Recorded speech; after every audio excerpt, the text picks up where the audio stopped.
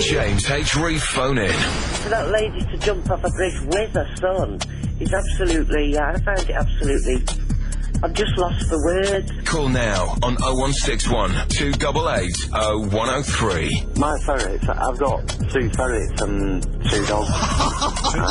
Well, one of my ferrets tried dumping a dog. Really? Yeah, tried dumping its leg. Call now on 0161 288 0103. I went the other way and I got cross, I got really mad and thought, well, stuff you, I can do this, I know that you're wrong and I can do better than this for my kids, you know, and this is what I'm going to go and do. Call now on 0161 288 0103. Express yourself then, Dominique. So you think you're a big man now? Locking the doors, we can't get out. You beat my mama down because you're paranoid. Anything she does, you're just paranoid. Call now on 0161 288 0103. I've got a child, right? And if anyone ever hurt that child, I would say this. When they got released, I would personally hunt them down and I would end up in jail myself. The James H. Reeve phone in on Key 103. Call now on 0161 288 0103. It's the very thing to do. Let me assure you. 0161 288 0103. Perfectly simple. Listen, we've had a meeting, we had a big production meeting to decide what to talk about tonight, and we've decided that this is what we've come up with, eh? Ooh, it's hot, isn't it? 0161 288 0103, what do you think? Well, now let me explain that, because it really does. It makes you a bit lethargic, doesn't it, this lot? And you think, oh, it's hot, isn't it? Right. I don't think that's something that sharply divides the population, that. I think there's a broad consensus that it's hot. Unless the devil is listening, or a talking salamander. And I say that, I've actually very little idea what a salamander is. I thought it was a bit like a newt. Why this supposed to be able to... or have I got older? Is it not a salamander at all? Is it a colander? Oh, well, whatever. Anyway, the point remains, it's hardly likely to divide people down the middle, that, is it? So it is hot. But you can talk about it being hot if you want. After all, it hasn't stopped all the news networks telling us today that it's hot. Right? As if people are going to go, it's not, is it? God blimey, so it is, yeah. Quick, run outside, see if it's hot. Oh, right. It's hot. That's the end of that. So what we've done, as everybody else has done, I've cracked an egg on the bonnet of my car. That's it. And there'll be live, up-to-the-minute reports on it. There we are. However, there is some genuine stuff this evening. Shortly, we'll be speaking to he's a mate of mine, actually. And before you start thinking, hello, it's not time for Flick Everett, is it? The reason I'm speaking to him is that yesterday he got back from Beirut, where he's lived for about the last 4 years. And he's spoke to him earlier, very briefly, because obviously he's just landed and he's got quite a lot to sort out. He's had to leave the place in the clothes that he was stood in, and doesn't know when he'll be able to go back. And everything he's got may very well go up in smoke. But he's lived there for, I think, 4 or 5 years. So we'll be speaking to him later. Also, items of interest for you. We must try and find out if anybody's got one, because after the apparent success of Deal or No Deal, which is getting more and more desperate with each passing episode, the shameless merchandising has now started, and I was rather startled to see that you'll soon be able to buy, in fact it may be available now, in fact you might have one, the Deal or No Deal quiz book. Now, since part of the build-up to the show, part of its very appeal, or so they would have us believe, is that there are none of these tiresome questions where you're expected to have a brain. The whole thing is just one question. So on the basis of that, how big a book is this going to be exactly? Will it be value for money? If you've got one, let us know. and read the contents to us. It won't take long. What else are we going to do tonight? Oh, yes, at midnight, we're not allowed to reveal them at midnight, until midnight, but there is, the latest crime figures are due to be released, and we'd be in terrible trouble. In fact, it would be a crime which might in itself distort the figures if we were to reveal them before midnight. But at the moment, as soon as we pass over the cusp of midnight, we'll reveal the new crime figures, straight from the Home Office. I mean, should be, there's plenty of people work there at the moment anyway, so they'll be here. And, you know, there's enough people to compile them, and we'll let you know whether your perception of crime in Britain is correct or not. On the very stroke of midnight. In the meantime, whether you've any thoughts or not, because as you'll have gathered, listening over the months, you'll realise you don't necessarily have to have a thought, or indeed anything to think with. It hasn't stopped a lot of people. It does give you an advantage. It's preferred, if not essential, if you do know what you're talking about. 0161 288 0103. I'll tell you what, on the subject of this sun business, I'm not struck myself. I can't be doing with it. I don't like the heat side of things. And I think that's because I'm a dark-haired Celt. And I also can't be doing with the sunbathing. I cannot understand how people do something which is injurious and pointless and a complete waste of time. It's so tedious.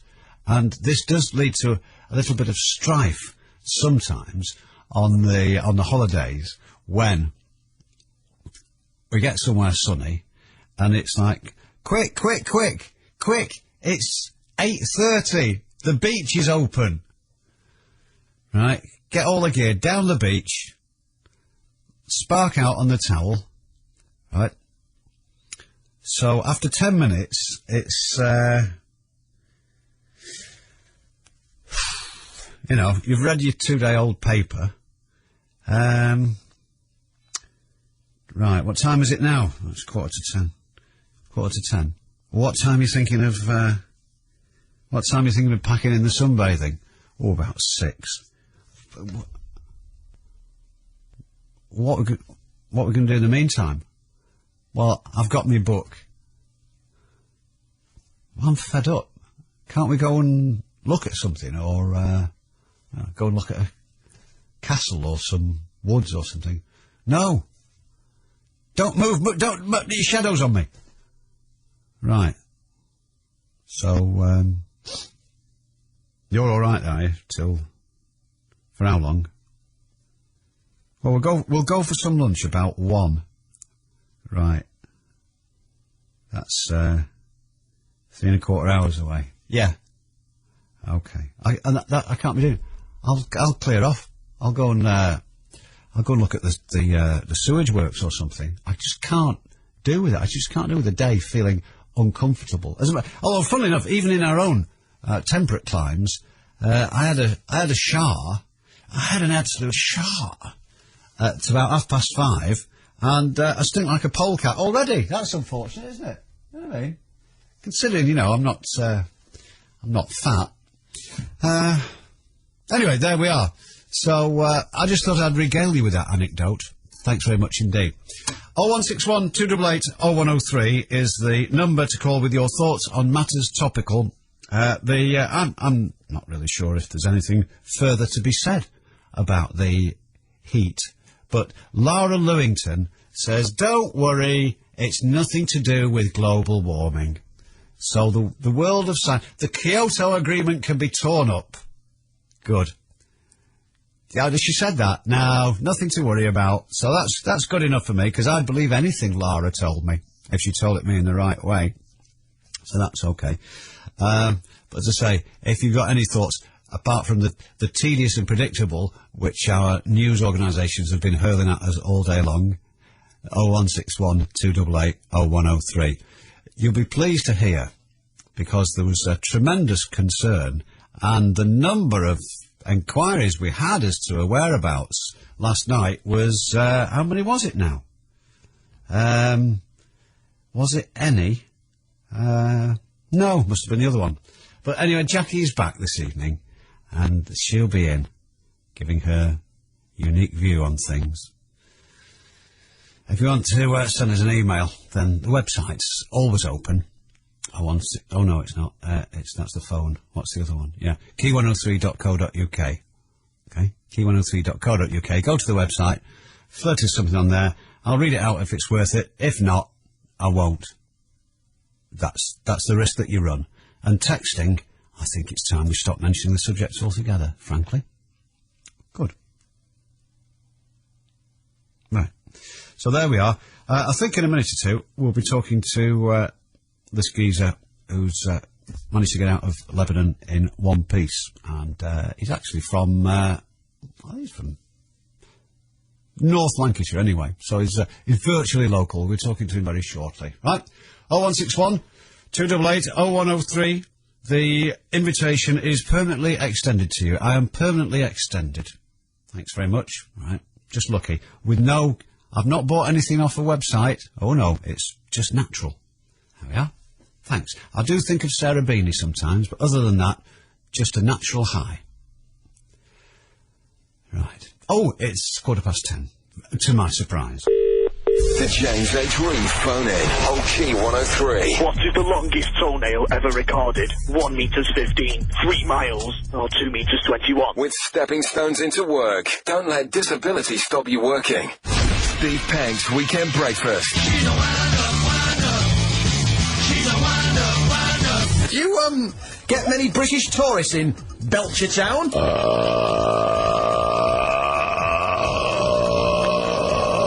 You keep burping in my ear. Steve Pegg's Weekend Breakfast. Back Saturday from 9. Key 103. I went to Glastonbury and I can't remember a thing. Glastonbury, bring it on! I must have been there. I'm covered in mud. Best festival in history! Now it's all coming back. Radiohead, Faithless, Morrissey, Primal Scream, Scissor Sisters, the mud, the mayhem, the music. Solstice. It's a label, man. Glastonbury, the soundtrack to this year's 5-star Julian Temple film. On sale now. Thank you so much. That was brilliant. This is a story about two great endings. At number 4, it's the end of the Ice Age, which froze the Earth for 100,000 years. And at number 1, it's the end of the Argos Big Sale. Having reduced their prices again to make them the lowest they've ever been, Debbie from Hull has already bought a half-price HP PhotoSmart photo printer for just $49.99. Bad luck, polar bears. Well done, Debbie. For your own great ending, hurry down to the Argos Big Sale. Don't shop for it, Argos it. BA Connect have over 1 million seats available at fares that have never been lower. Guaranteed. The offer applies to all their routes to Europe and the UK. So, for example, you can fly to Belfast City from just £25 and Hanover from just £35. Both fares are one way and include tax. But you better hurry, because you have to book by midnight on the 24th of July. That's why I'm running home now to book. Look out, excuse me. Book at ba.com by midnight on the 24th of July. Subject to availability, conditions apply. Let's be honest. We know you didn't turn on the radio for the ads. Nobody likes hard sell interrupting their favorite music. So, Kia Motors aren't going to waste their time waffling on in marketing jargon to try and convince you that their £9,995 Serato Zap is the best buy in its class. Instead, they've set up a website at kia.co.uk/Zap, where you can see how it measures up against all its competitors and make your own mind up. So, relax and enjoy the rest of the show. Hi, this is Madonna. Do you know what H&M stands for? I finally figured it out. H&M stands for Her Majesty. Wasn't that sweet of them? Okay, we love you. Who doesn't? Stop by any H&M for your chance to win 2 tickets to Madonna's Confessions Tour live in London or Paris. No purchase necessary. Terms and conditions apply. Let's get together. See you at my show. The James H. Reeve phone in on Key 103. Call now on 0161 288 0103. 18 minutes past 10, and as I say, a pal of mine has been in Lebanon for the last, well, we'll find out in a second, it's certainly a few years ago. Got back to Blighty yesterday, I think. His name's Dan Harper, works at the radio station in Beirut, and I think you've just had about time to recover and find your bearings now, have you, Dan? Yeah, just over the last few hours, just following the news, obviously, and just very sad about my friends stuck out there. How long have you been out there? I've been out there 7 years now, in Beirut. Living and working in Beirut, which was, we were talking about this the other night, because it was, after all the trouble of the 80s, it supposedly had become, well, it's gone back to the its previous state as the sort of the Costa del Sol of the Middle East, wasn't it? Yeah, it's been a great place until now. Very, very safe. I've always felt very secure there, and even safer than on the streets of Manchester over in Beirut, because people are just so hospitable. You don't see any violence whatsoever, but they're fun-loving people. People get the idea of Lebanese as you know, living on camels in the desert or terrorists. But it's not the case at all. It's a Mediterranean city. The whole country's along the coast. It's right next to Cyprus. And it's a great place to live. But they're tangled up in this war now, which really they don't want. It's only a portion of the country that are actually supporting Hezbollah. Was there no warning of this at all? Not really. In the background, Hezbollah have carried on having the weapons, and we've always talked about it. And all my Lebanese friends, when we sat around having a meal together, always say, you know, it's dangerous that they have all this power. That they're more powerful than the Lebanese army. You know, they have in their areas. The Lebanese army, the police won't even go into those areas because they're worried about them. They do walk around with guns, and they don't have very much organisation, but they're obviously passionate about their cause. And, I mean, mostly mixing with middle-class liberal people, as you tend to do. I wondered, I mean, is there any level of support for them amongst the average punters? Well, Lebanon is other people that don't have any money, or they have quite a lot. That's what you find over there. But yet they live the same lifestyle. They all go out every night. They like to have a lot of fun. And these days they don't really want to get into politics because that's their history. That was the other generation, and that never worked. So recently they've just been very sort of patriotic about their country, which has been great. And I've been, as working there at a radio station, we've been doing events. We did a gig with Paul van Dyk a couple of weeks ago. He's the #1 DJ in the world. We had 12,000 people.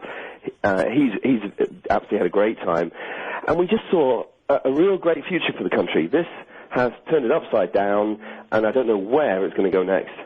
So, I mean, it was pretty westernised, but we know that there are elements who object to this westernisation, and they find it decadent and so on. Is there some of that in Lebanon? Well, there are different religions. There are a lot of different points of view, but up until now, there haven't been any problems.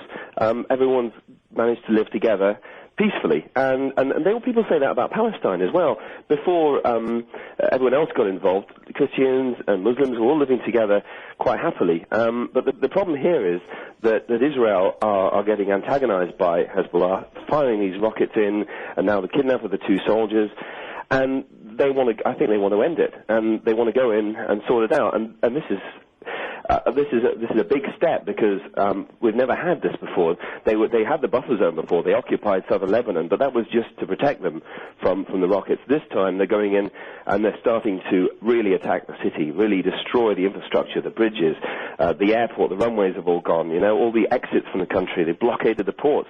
This has never happened. The Lebanese can't believe this. So when did it start as far as you were concerned? Well, it started last week. The kidnapping of the 2 soldiers, the bombing of the runways, Tuesday and Wednesday of last week. We had to escape. I was with my sister. We were in Beirut, and we got out, as a lot of people did, through the roads leading to Syria. They bombed a few and stuff, but people found a way around. There were lots of little roads and stuff, so we managed to get there and get out of the country. And what size was the exodus? Was it choppy? Well, it wasn't very busy at the border, but a lot of my friends have got out. I've just spoken to a couple of my friends from other radio stations there, who have just managed to get to Cyprus. They've just landed there on one of the boats.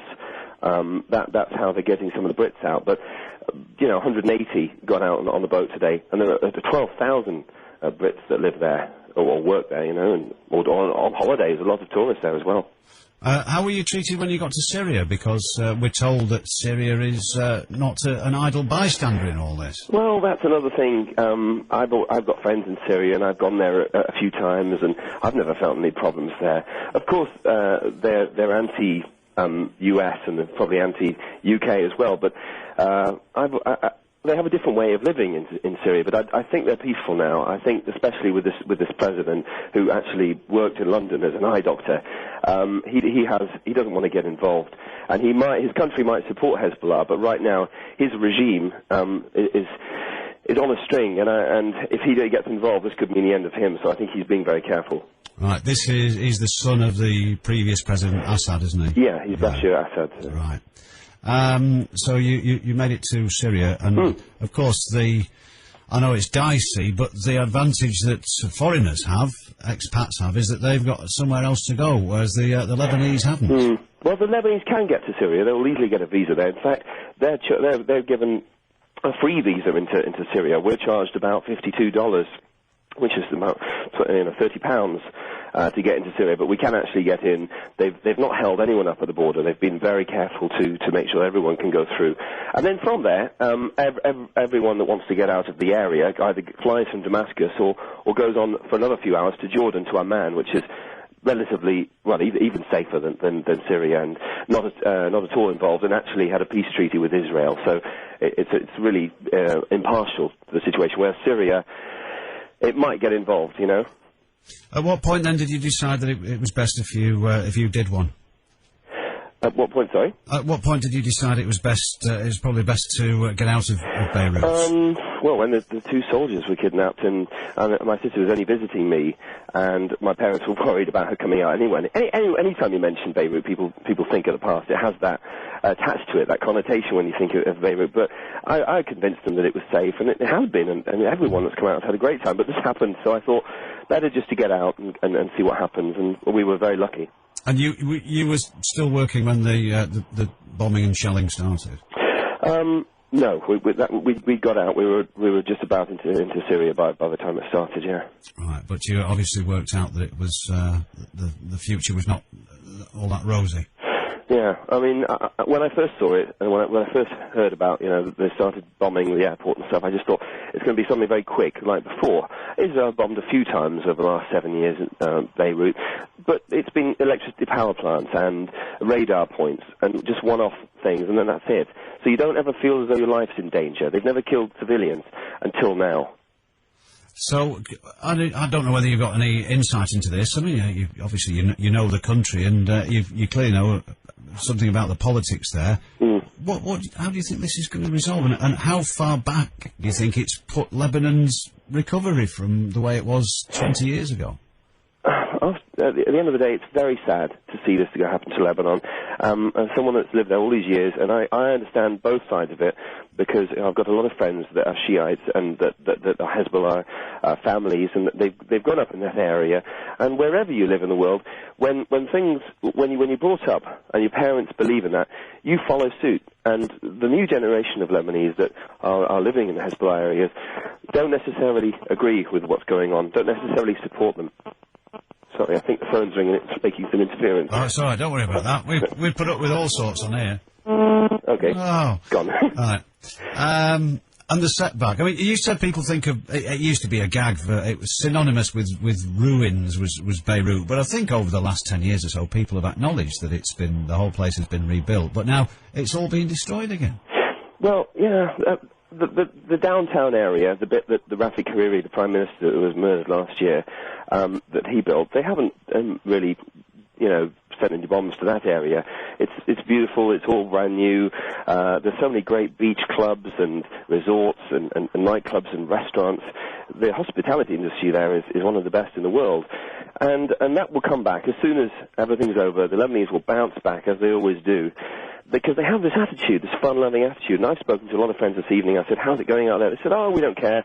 We're out. We're going to pubs. We're having fun. Because they've lived through this before, the Civil War. you never know what's going to happen tomorrow. So you try to enjoy tonight while it lasts, and that's the attitude they have. You make it sound like the Blitz.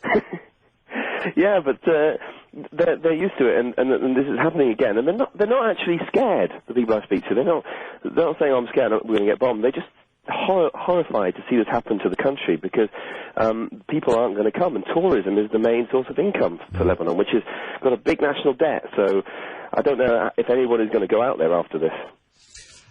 You've left the place, and today the news stories have been full of expats from all over leaving the place. What did you come away with? Nothing, just a shirt on my back. That's it. Passport, phone, a little bit of money, and that was it. And what have you left behind? Everything. All my stuff in my house.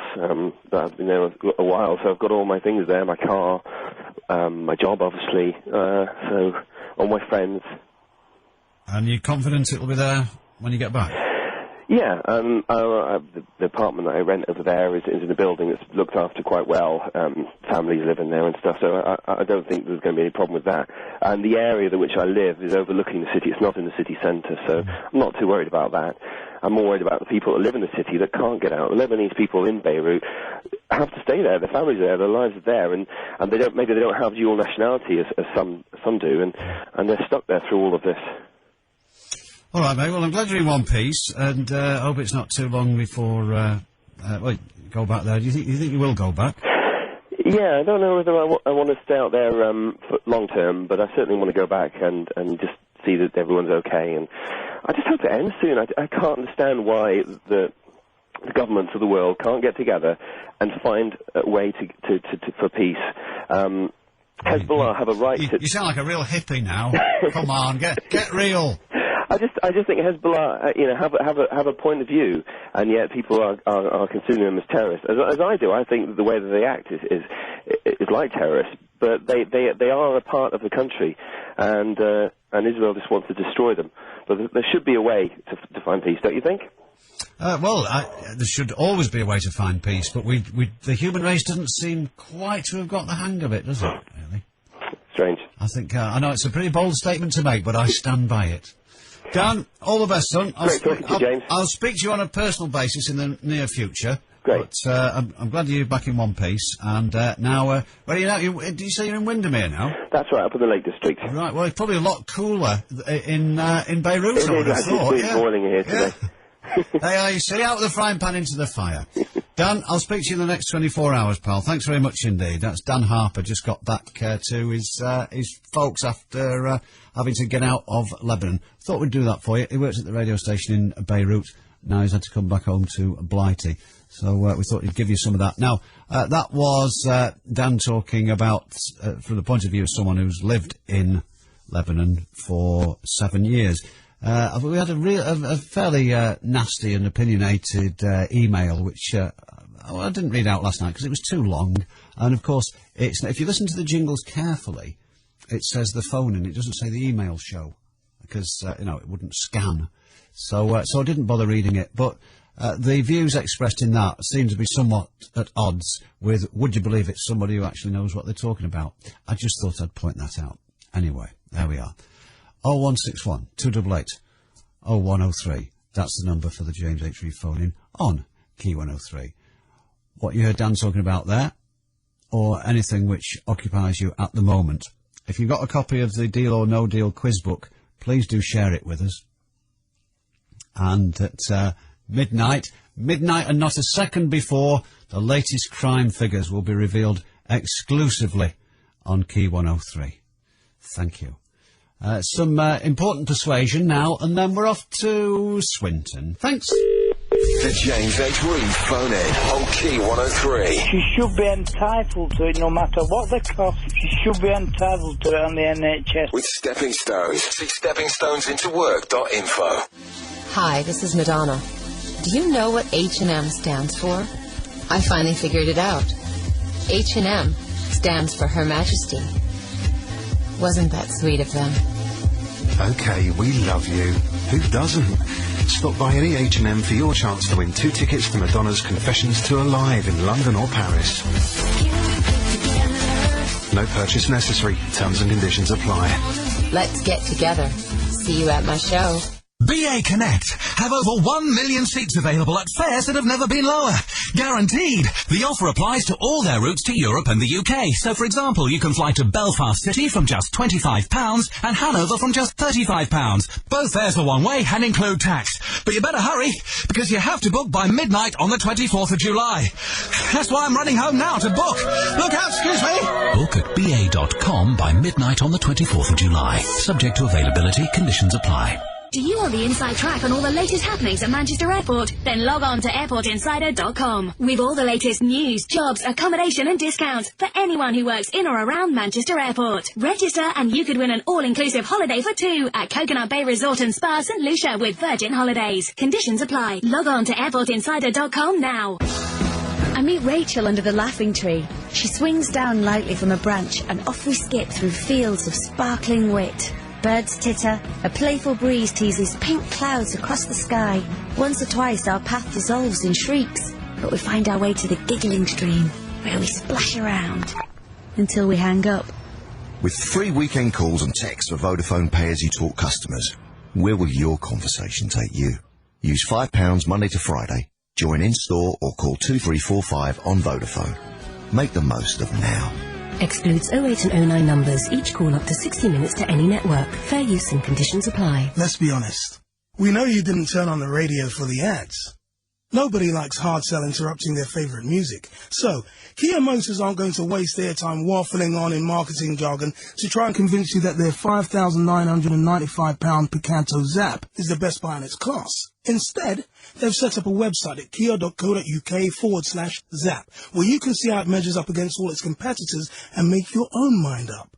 So, relax and enjoy the rest of the show. If you claim incapacity benefit, but you want to get back to work, there are some questions you'd probably like answering. For example, what companies would employ me? And how will it affect my benefits? Then you've got the other issues, such as have I got the skills to go back to work? You may even lack the confidence to take that first step back into employment. Well, that's where Stepping Stones can help. Stepping Stones provides advice, training, workshops and financial incentives for anyone claiming incapacity benefit who wants to get back into work. You just need to do one simple thing. Give us a ring. Call Stepping Stones now. 0800 783 1080. The James H. Reeve phone in on Key 103. Call now on 0161 288 0103. Although I think I actively discourage the practice, I can't help but notice that someone is sending a great many very, very, very lengthy text messages, and I have nothing to say on the subject apart from these, and I would get fed up. How easy is it to text? I've never done it, actually. I would have thought that would surely there can't be enough hours in the day to text things of this length. Anyway, very long and a bit mad. Still, there you go. What can you expect? And how many droll emails on the subject of hot weather and wigs, huh? Simon in Swinton, you're on Key 103. All right, mate. All it was has Jackie sort of told you what I said before, or hello? Yes, what? Right, no, I'm just saying. Well, we've got off to a right flyer here, haven't we? I know, right. Shall we begin again? Right. Yeah. Listen, there was an old woman called Jackie Finnegan. She grew whiskers on a chinnigan. Are we not going to be rude? No. That's all right, then. The wind came up and blew the Minnigan. Poor old Jackie Finnegan. Begin again. We used to do that at school. Yeah. You used to have to buy a book and sing it. You used to have to get buy your book off the school and sing it. Was an old man called Michael Finnegan. Right, anyway, I digress. And then when you got to the end of a verse, you had to go, begin again, and sing it again, you see, and you used to get short of breath. I think it was some sort of to keep us under control. Oxygen starvation. I bet it's not as popular as the Deal or No Deal quiz book, though. Well, what's that going to be? I have seen it already. They've got it at a well-known supermarket. I was just going to say the name then. Dear. I was just going to say it. Supermarket that opens 24 hours, let's put it that way. Don't think I'm allowed to say, am I? What? Well, I don't know. I don't know if you know how to say these things or not, or they say it's advertising and stuff. I think we generally accept that we have to acknowledge the world around us. All right, well, anyway, after they've got it out after. You see, I was thinking Tesco, because the one near me is open for 24 hours. Well, yeah, that's why I said they're open 24 hours, because then there's only two that I know of that are open 24 hours, which is Asda and Tesco. Oh, right, all right. The Sainsbury's not? No, apparently not, no. Oh, right, okay. We're open till 10, but... Yeah. Anyway, what... Oh, yeah, sorry, we got a bit bogged down there, yeah. Yeah, we digressed slightly, didn't we? Yeah. All I was basically saying was, were you being a lover of the old sort of weed, so to speak, the legal variety? Yes. And, just an idea popped into my head the other day, that basically, you know, like there's all these adverts now, I gave up smoking with X, Y, Z, and this and the other. Because of the amount of tax that's on the cigarettes, will there be a tipping point that means that everyone else's tax will have to go up when enough people stop smoking? This is an interesting point, and it's been the subject of some debate. Now, would that be mass debate by any chance? Sorry. I mean, how old do you think that gag is? Yeah, all right. How old and predictable? All right, okay. It was that joke was found in the ruins of Herculaneum by a team of highly trained archaeologists. I know, if I've told you 1,000 times, don't exaggerate, James. That's right, yeah. Wow. Right, anyway, it just occurred to me. Listen, attempts at humour that old are not funny anymore, whereas... As I was discussing this with Debbie Mack only the other night, trumping is always funny, isn't it? Oh, there's never any question about it, James. It's always a question of great hilarity to myself. If in doubt, yeah. Yeah, crack one out, yeah. Crack one through the covers, yeah. Yeah, more T. Vicker and all that. Yeah, certainly. Yeah. Anyway, to return to your original question, the tax business, well, it's... red letter day, James. I'm just wondering where to start here, because when we first investigated this move, it became clear that there were two completely separate arguments here. Right. First of all, ostensibly, the banning Good work, go on. Oh, yes. The banning of smoking in public places is supposed to be for the protection of bar staff and all the rest of it. And, right. And we went through all the arguments and what have you. Anyway, apparently there's no two ways about it. The only way to protect bar staff is to stop smoking anywhere on the premises, or catering staff, or what have you. Right. But you see, all mixed in with it was the idea of stopping people smoking. Which is an admirable aim, certainly. But which was it? And I asked all the people involved, I said, what is it you're trying to do here? Are you trying to stop people smoking, or are you protecting bar staff? Because if you're trying to stop them smoking, just say so. Yeah, don't, you know... Yeah, don't go around the houses. If you're going to do one thing, do that, and if you're going to do the other, do the other. Right. So we've had all the figures in from the Republic of Ireland, where all these predictions that pubs and restaurants were going to shut down hasn't happened. Yeah, not quite. They tell us they're doing better than ever. Now, for, I don't know how long, is it 2 months or something, it's been operating in Scotland. And apparently, it's working there. Right. Pubs, believe it or not, pubs in Scotland aren't running out of drinkers. So, well, I said, James, you could have warned me. I could have sat down. Right. You know what I mean? Don't shout me like that. Now, just a minute. I'm building up to a carefully constructed point. Building up to a crescendo. Yeah, and there's nothing worse than having your mind taken off it. Right, okay. Right. So, at some point, it's going to happen here. Now, I was sure that it was going to be June this year. I thought Manchester was going to do it earlier than everywhere else. They were that keen. But I've not seen any notices anywhere. Anyway, the point is... No, I haven't, no. Right. The point is this. If it's merely to separate the smokers from the non-smokers, then it shouldn't make any difference. If it has a significant effect on the number of people who smoke, then obviously revenue from tobacco duty will diminish, won't it? Yeah. Okay, now this is the whole point.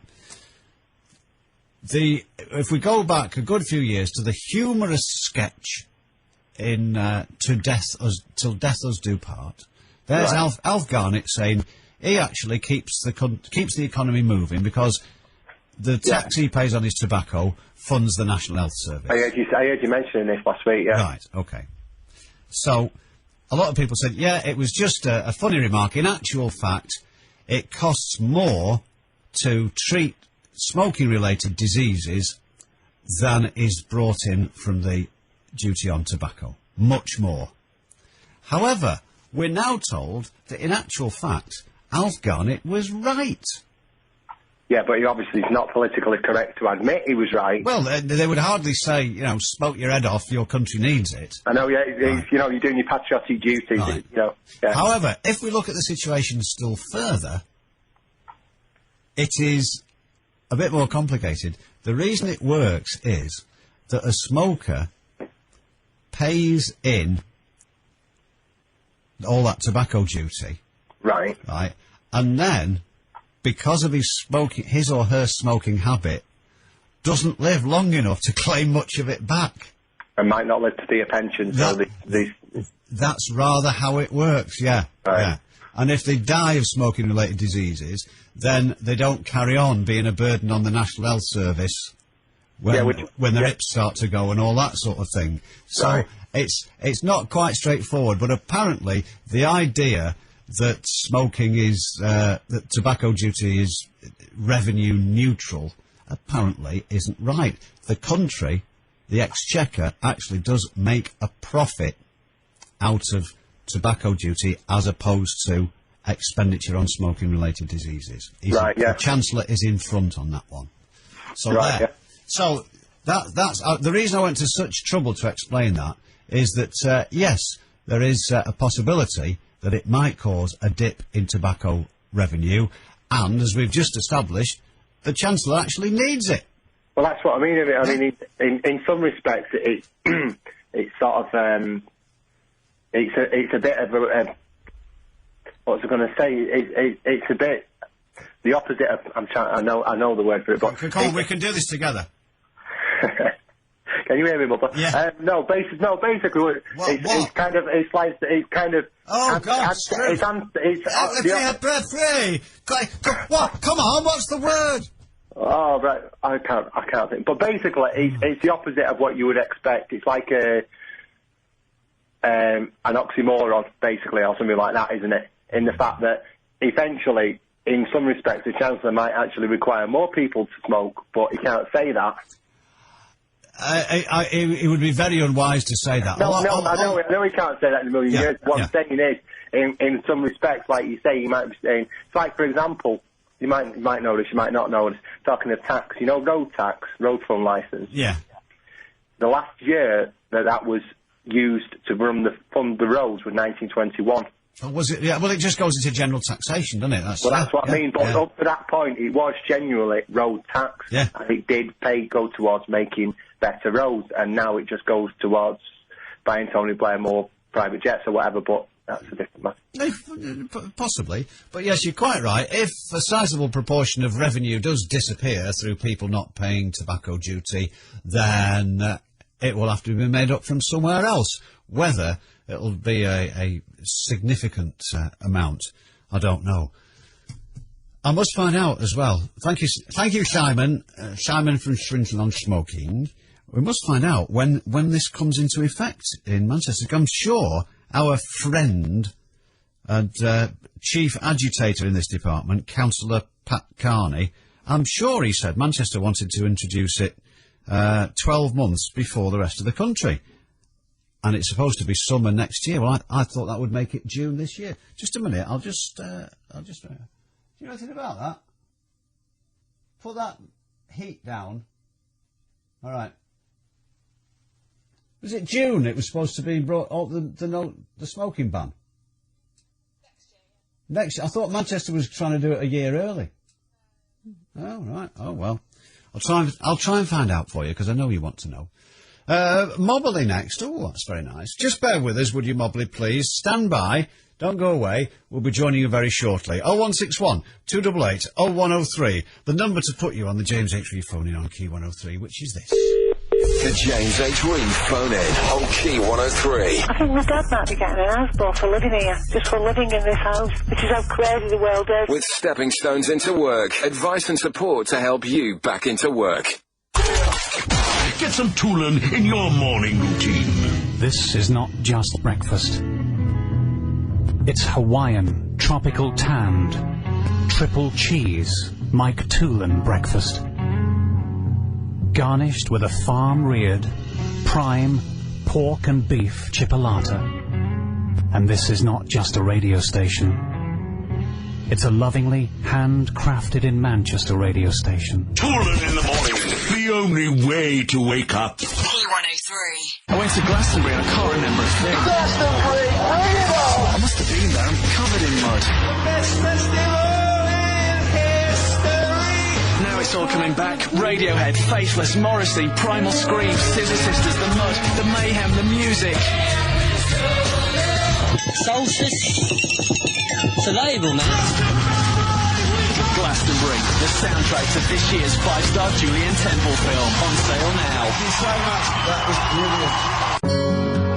The conventional wisdom is to remortgage every couple of years. But when you add up how much that'll cost in fees every time, maybe it's not such a wise move. Here's an idea. Abbey's Flexible Plus Mortgage. Because it's guaranteed to always track just above the base rate, you get a great deal for the life of the mortgage, so you'll never want to remortgage again. To find out more, call Abbey on 0800 80 80 80, visit abbey.com or your local branch. Abbey, more ideas for your money. 10% deposit, £599 booking fee, 0.49% above Bank of England base rate. The overall cost for comparison is 5.2% APR. Course recorded. Let's be honest. We know you didn't turn on the radio for the ads. Nobody likes hard sell interrupting their favorite music. So, Kia Motors aren't going to waste their time waffling on in marketing jargon to try and convince you that their £7,495 Rio Zap is the best buy in its class. Instead, they've set up a website at kia.co.uk/zap, where you can see how it measures up against all its competitors and make your own mind up. So, relax and enjoy the rest of the show. BA Connect have over 1 million seats available at fares that have never been lower. Guaranteed. The offer applies to all their routes to Europe and the UK. So, for example, you can fly to Belfast City from just £25 and Hanover from just £35. Both fares are one way and include tax. But you better hurry, because you have to book by midnight on the 24th of July. That's why I'm running home now to book. Look out, excuse me. Book at ba.com by midnight on the 24th of July. Subject to availability. Conditions apply. They walk among us, ordinary men and women leading seemingly ordinary lives. But beneath their normal exterior lies an amazing secret. For these people are clinical study volunteers, helping millions around the world, fighting disease, helping to develop medicines, able to leap tall buildings and...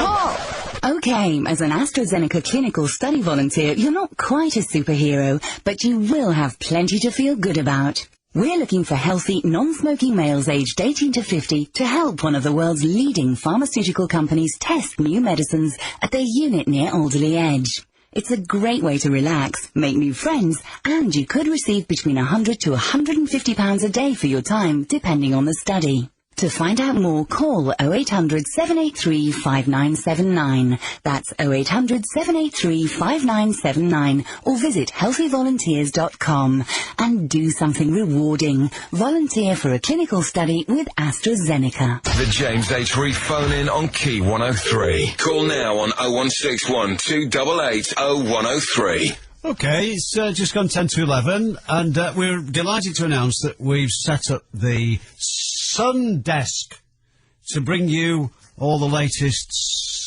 Sun news. Well, doesn't sound very good, that, does it? Anyway, so we'll be going over there for all the very latest in a moment. It's just occurred to me, actually, Sun's gone in. Doesn't matter. Well, it's not so much gone in as gone down, really, isn't it? Set. Okay. Well, we can do a bit of a roundup of this day's Sun-related events. Nick in Mobley, you're on Key 103. Hi, James. It's Mick. Mick? Yeah. Yeah, I was phoning up about the... Excuse me a minute. Moor. Just hold it. Yeah. Sorry. What's his name? Mick? Mick. Yeah. Oh, right. Sorry. That's all right. It's all right, don't blame Jackie. I'm a bit nasally today, like, with the cigarettes, and just blow my nose, I think. A bit nasally? Yeah. It's easily done, yeah. Sorry, what did you want? I'm just phoning up as regards the Moor fire over in Stalybridge today. Oh, aye. Yeah, and I was wondering if you got any of the smoke down there in Manchester, because apparently it extends down to the Snipe, from somebody I was talking to today and that, and it looked quite bad earlier on. Well, it's terrible, actually. It's about nearly a quarter of a mile long. I'm looking at it now. Really? Yeah, it looks like a lava flow, really. Oh. But, yeah, I found it quite annoying that the respect that I've not seen any helicopters try to put it out, and even if they have, and I've missed them, the fact remains that, as far as I know, we haven't got any aircraft in this country that, you know, like the American type and Canadian type that put out forest fires. And, they scoop it up, don't they? They could scoop it up out of, like, Belmont or over that way, couldn't they? Over, how's your father? Lady Bower. Yeah, that's right. Yeah, I was thinking along them lines. Like the Dam Busters. Brilliant. Yeah, it's, you know, I thought, like, Thunderbird's job, you know, they could have this special team, like, you know. And I've two nails knocked in a piece of wood so you can tell when you're the right distance away. That's how they did it, you know. Oh, yeah. No, I mean, this happens every summer, doesn't it, frankly? Well, it's every other summer, I think. Oh, is it? From what I've noticed, yeah. I've lived in Mosley for a bit now, so, yeah, it tends to be that way. It wasn't on last year, and the year before it was pretty awful. It was worse, because there was, like, at least three moors on fire. And it first struck me then that, you know, that we've got an RAF and pay all the money towards them and that, and yet they can't even get it together to get at least 4 aircraft together to cover South, you know, Scotland, maybe, you know, North West and Yorkshire and that.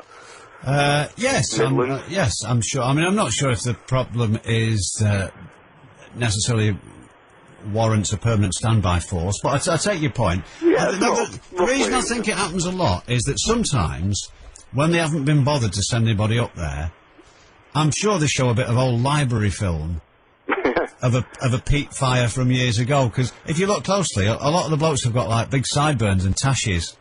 And, you know, it looks like a lot of Jason Kings trying to put the fire out. We don't have aircraft that drop water on it, do we? We had a load of blokes with, like, sticks. Yeah. Like a big sheet of plywood on the end of a stick, going like that with it. Yeah, I mean, bless them, I hope they're up there trying to do it. Well, I don't know, in a way. I suppose it's just going to burn itself out the way it is now. It's quite terrible. But, well, you know, it's for all animals and that. But, yeah, I was you know, that oil refinery went up. That occurred to me then as well, you know, the one down south. Yeah. In the winter. In Milton Keynes. Well, that was it, yeah. It was around there, wasn't it? And, what was it called, that place? Funny name. Well, if you did have a standby squadron, you know, I mean, you could just, like, get some, like, dangerous place, couldn't you? Like that chemical plant and just whack it with, like, a lot of water. If you'd got anything about you, you'd be leading a team of volunteers to form a bucket chain. If you got any shred of decency. 3 miles away, you know. Well, you can get enough people. It's only about how many? That's 1,760 yards in a mile. And I bet only 13% of people listening know that. No, and you know, there's no lanes nearby. No, that's another thing. You know, so there's no water hydrants. Fire brigade can't get up there. If it was about a quarter of a mile to the right, you know, it'd be right. You know, they could, like, get a fire tender up there. They did that. I think that was last year. There was a little one and they put it out. But the year before was terrible. It really scarred the landscape, and, you know, the heather hasn't returned to the one in Mosley. Like, there's a moorland in Mosley called Buckton Moor. Yeah. And up there, it's, you know, I like walking up there, but it's quite sad to see it, you know. It's 2 years on and the heather's only just recovering, so... we've got a real country boy here, haven't we, eh? That's it, yeah. Trampling through the purple heather. What's the matter with you? Why are you sat in the pub? Oh, why out up there with a bucket, eh? Good point, yeah. Yeah, well, actually, somebody... Isn't it right that sometimes they think the fire's out, but it's smouldering underground and can do so for many, many years, and then it all flares up again? A bit like it's horrible thought, that. A bit like your Rockfords. Like a fire pit that you can fall into. Yeah. I remember Grandad told me about that, flipping out. Yeah. Yeah, or Smuggling. My auntie Flo used to say it's smuggling. It's smuggling underground. Smuggling? Yeah, I don't know. I have no idea. I think one of them Ray Mears programmes last week. Yeah, I saw it on that What's It channel, UK TV, and he said that it can burn for at least a year. He said, like, you know. Right. And that's up in Scotland where it's all, like, really damp. He said, yeah. Oh, it's always wet in Scotland, isn't it? Yeah. Where is it? Somewhere they closed an airport in Scotland somewhere because of fog. Yesterday. Right, yeah. Yeah. Serves them right. Right. All right. Well, listen. I'll see. I was going to say we'll test the water there, but that would be a ridiculous thing to say in the circumstances. What we'll do is I know. I'll have a sleep when I get home, and I'll have forgotten about it completely in the morning. So that's all right. Okay. But you meant well. They are a little bit public spirited, not to the point of actually organising a barn raising. Like in that film with Harrison Ford in it. That's nice. But, yeah, that was Nicky Mobley. Wonder why he's worried about that. I suppose, really, if it's drifting this way, we should have... in fact, I'm surprised the council haven't organised it, really. It really is too bad. They should have a smoke detector, shouldn't they? Oh, sorry. Are you talking to me? Oh, no, well, I was just thinking out loud, really. Okay. Smoke detectors where? Well, wherever is best suited. Not near a light. Well, they have got smoke detectors in places. Oh, I mean, they should have one for the smoke blowing down from the moors. Oh. Where Mick... Mick, yeah. Yeah, Mick in Knobley, where he likes to go for a tramp. A tramp? He went for a tramp the other week, yeah. Oh, right. Yeah, don't know why. So he's not going to find one in Knobley, is he? No, it's not done anything to him. No. So, but yeah, I think they should. Otherwise, we might be able to sue them under they might have a duty of care under the Health and Safety Act. Where would they put it? On the top of a pole or something. Oh, yeah. It has to be loud, wouldn't it? Up a gantry. Oh, yeah, we'd have to have a big battery, dirty big battery. One of those. It'd have to have like a car battery in it or something. Yeah. Like that. Yeah, very good. Aye. We could put that to them. Anyway. Exciting stuff coming up. Oh, mind you, with everybody standing outside the pub smoking, they'll be going off all the time, wouldn't it? But in pubs, they're going to have little canapes, aren't they? When that band comes in. In case you're peckish? No. You know what I mean, a cover. Oh, right. I was going to say most people call them bar snacks. Like a not very posh conservatory. Ah, right, okay. Yeah. Depending on the pub. In Mobley, they probably will have conservatories. Yes. I don't want to cause a conservatory. Now listen, I've got lots of emails. Well, in that case, can you hang on a second? Hurry up. What with one thing and another. Okay. Next, it's over to the Sun Desk with Jackie Finnegan, right here. Section 3, currency abroad. Perdóneme, su mono ha robado mi cartera y está comprando todos los plátanos inflables.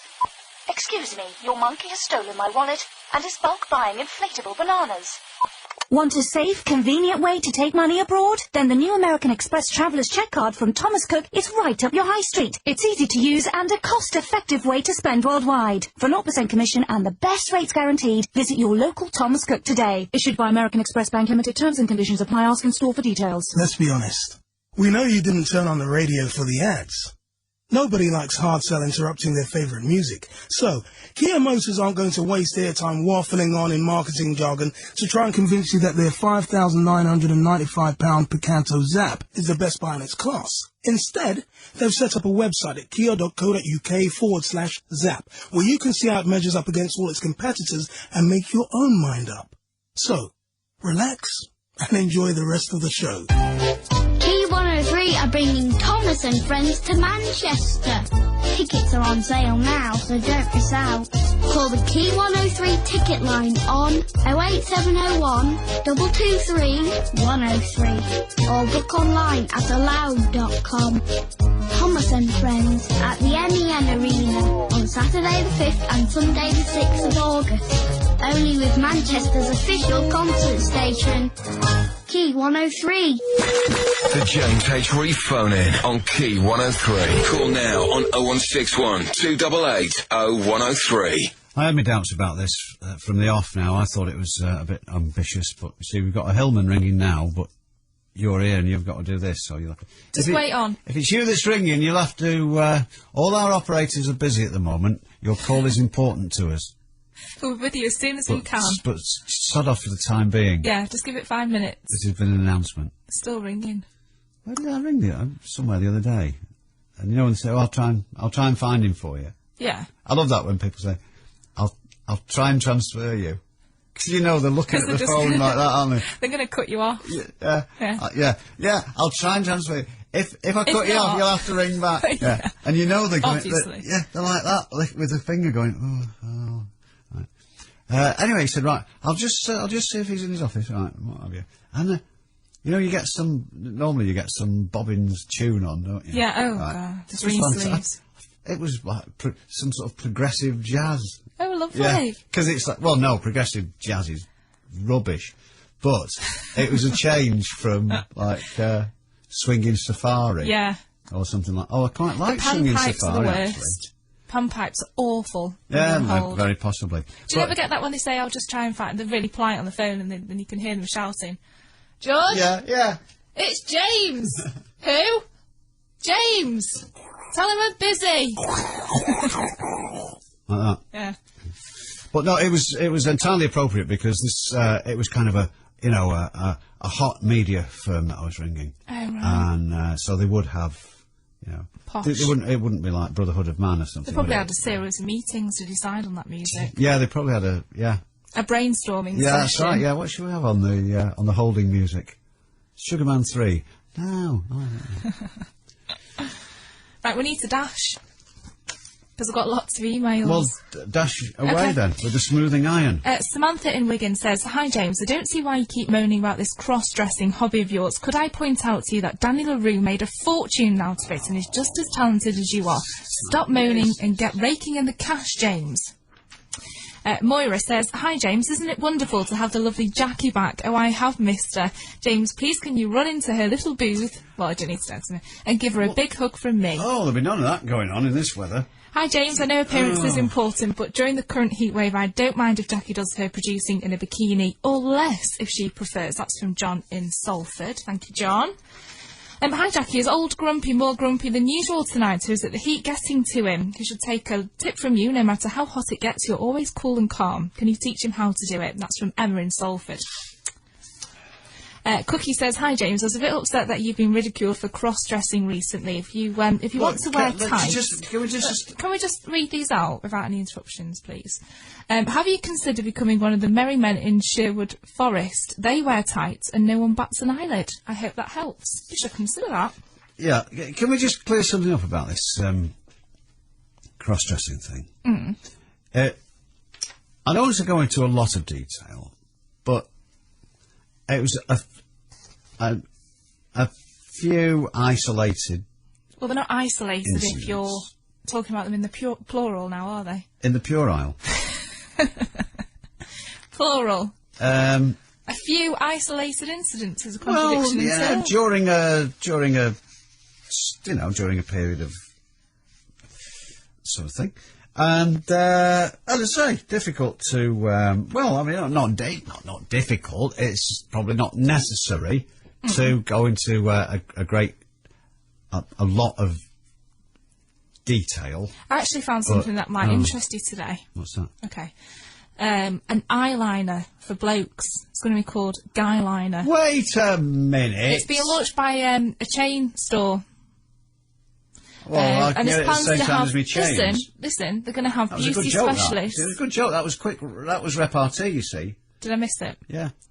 They're going to have beauty specialists in store to show the likes of you how to apply it properly. What do you mean, the likes of you? Well, you'd want to, wouldn't you, if you were cross-dressing? You'd wear your eyeliner. Nobody laughed at Mark Bolan. Well, actually, a lot of people did laugh at Mark Bolan. But he made a fortune. And anyway, It's only $5.99. It'll come in brown, black and grey. I don't want bloody eyeliner. Well, it's for men, so you don't feel, funny buying it. I don't care if it's for pandas. Would you not buy that? Of course not! You were cross-dressing. When you were cross-dressing, you'd need it. It's for men. You wouldn't feel embarrassed buying it. It's all the rage, Right. you know, James. Yeah, well, I dare say. Johnny Depp uses Guy Oh, Liner. well, there we are then. We see. I expect David Bowie and Mark Almond did in their time as well. I think a few men here do as well. In the Oh, office. do they? Mm-mm. I think they do next door, don't they? Oh, yes. Oh. Right, so you won't be buying that then? Well, of course not. It's preposterous. Okay. Hi, Jackie. During this terrible heat wave, I think it's only fair James should be allowed to take his wig off during the show. Oh, it just From gets Katie. funnier and funnier, this, doesn't it? James, says Emma, I've noticed an anti-female aspect to your show the last 2 nights. Now that Jackie's back in charge, I hope things will get back to normal straight away. Well, she adds, girls on top is always best, I say. Funnily enough, last night we received an inquiry saying something I've noticed is that when Jackie's on duty, instead of having the night off like she is tonight, that there seem to be a lot of emails come through which are really nice about Jackie. These and are what are coming not very through. nice about you. These are what are and coming through. Funnily enough, it's Jackie who brings them in. And That's yet I because noticed no. that she's not on tonight, and there don't seem to be a lot of That's emails because you saying weren't how reading nice them out, Jackie is. probably. I bet they were there, you were just ignoring them. James says, during the current heat wave, is it true that James is... Oh, wait a minute. Whoa. Yes. Correct me if I'm wrong, but I thought I said, and now it's over to the sun desk. We're having sun There's in been a an minute. absence of sun. So far it's been the wig dress. We're having sun and in the, a moment. And the tight nylon panties. Listen, we'll come into that. Is it true that James is presenting the show in Bermuda shorts? If so, has he really got knobbly knees like everyone says? It's, the trouble is, you can see, it's the Bermuda Triangle that's the problem, and especially in this weather. James, I just heard you complaining about sunbathing. Would I be right in thinking that if Ursula Andress in her white bikini was sunbathing next to you, you might well take some more interest? That's from Paul in Oldham. I'd stick it out for as long as I could. Really? Yeah. Right. Yeah. And Sue in Denton says, hi, honey. Oh, another one. Oh, dear. What? I know that it's hot, but I still want you to come round at 1 o'clock. You'll be amazed at just what I can do with some ice cubes and a stick of rhubarb. Make me a lovely compote. Rhubarb? Yeah. If you're hot now, just wait Rhubarb, until rhubarb, later, rhubarb, you rhubarb. naughty man. Here you go. Can we... That's for you. Thanks. Now, sun. Oh, that was just like your intro, was it? That was the emails, yeah. Now, lots of advice with it being as hot as it has been. Thunderstorms tomorrow, but it's still going to be hot, and it's going to go really hot and sunny again on Friday, and it's likely to be really hot over the weekend. So, you've seen the news, and we're just going to do a little bit of a recap on what you should be doing. Do you know what you sound like now? Go on. You sound like one of those women who like demonstrate makeup in Kendall's. I'd love to do Now, that. what we're going to do now is... I'd love that job. Go on, carry on. Okay. If I close my eyes. most See, im- the Hillmans don't have to close their eyes because it's on the wireless. Yeah, that's but true. I have to. Most importantly is drinking lots of fluids. Water's the best. Ice water is even better. Okay? Hydrated. Keep hydrated. Ice water? I thought that's... No, ice water's the That's not best. good for you. No. I thought you were supposed to drink tea. What, in this weather? Yeah. No, water. Plenty of water. Oh, tea's made of water. Yes, but Most. clear It's water's almost the best. completely water. Mushrooms are 96% water. Are they? Very Yeah. dry. No, apparently they are. We're So- 70% water, aren't we? I know. So, yeah. Right. So think mushroom soup. No. How much water must be in that? No, ridiculous. Yeah. They're talking absolute rubbish. Sun cream. Now, the Restoration of Appearance and Function Trust, otherwise known as RAFT, this charity, have come out and said, you mustn't rub your sun cream in. You've got to apply it as a thin layer, and that's when it's most effective. If you rub it in too much, it's not going to do anything. Right? For kids, obviously, high factors. Slip, slop and slap. Exactly. Yeah. Okay. Hat. You don't want to be burning your head like I did over the weekend. Oh, yeah. Hey, this is physician heal thyself, isn't it? Right. Wear a hat Comes if in you're with a out. big blister on the top of her head. Because, you see, I didn't follow this advice. If only I'd known before. Seek shade between the hours of, say, 12 and 3, because that's when it's hottest. In Spain, you see, they don't take siestas just for a laugh. Well, why don't you see? Normally, I have to say, I'm just going to be serious now and make a point, an observation about our society, which I do a lot. I know that, right? But you see, normally it doesn't bother us because we spend the vast majority of our time shuffling about from one dingy, fug-filled room to another, just trying to get by from day to day, don't we? Yeah. Well, now, so far, I think we've had 3 hot days, and it has stood our society on its head. Yes. Right? We're all going balmy. But couldn't we say... Because we're not used to it. Well, no, of course we're not. But we know that this time next week, we'll have forgotten all about it. Yeah, there is that. We're saying, it's nippy, isn't it? So, it doesn't seem to me to be too drastic to say, right, let's just, okay, if we're struggling, and these words of advice, incidentally, are, and I make no apology for betraying a confidence here, from someone who decided to go for a 4-mile walk in the boiling sun at... 2 o'clock in the afternoon. 2 o'clock yesterday, was it? Yeah. There we are, I see. And was clapped out at the end of it. So there we are. It's good exercise, though, and we took with us plenty of water and sun cream. Right. We even have a little, and this is my next point, we even have a water bottle for the dog. It's a little water bottle that you can spray into a tray, and the dog drinks out of the tray. Shouldn't the dog have a little... Don't look at me like that. It's important that you look after your animals in the weather. That's my next thing. Look after your horses first, your men next, and yourself last. Listen. Shouldn't the dog have a barrel of water around its neck for you? Oh, yeah, but it'd be too hot. Come and dig you out. Oh, they're cute, those, aren't they? No, zoos are taking extra care with all the animals during this hot weather. They are designing giant ice lollies made with fruit or like fish extracts. If it's fishy ones, they can give to like the penguins. Fruit ones, they're giving to like elephants and giraffes and stuff like that. But it can be applied at home because you've just got to make sure that your dogs and stuff have got plenty of water. Oh, good heavens. Don't look at... That's Serena Williams, that. Yeah, here we are. I was rather puzzled by this.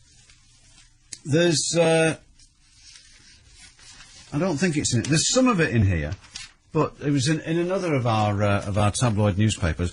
A big panorama of animals being cooled down. Oh, yeah. Amongst them, elephants. Yeah. Where do they come from? Africa. And also? Don't know. Well, from India quite a lot. India, yeah, sorry. Okay. Giraffes. Where do they come from? Same. Yeah, not many in India. Africa. Yeah. Lions.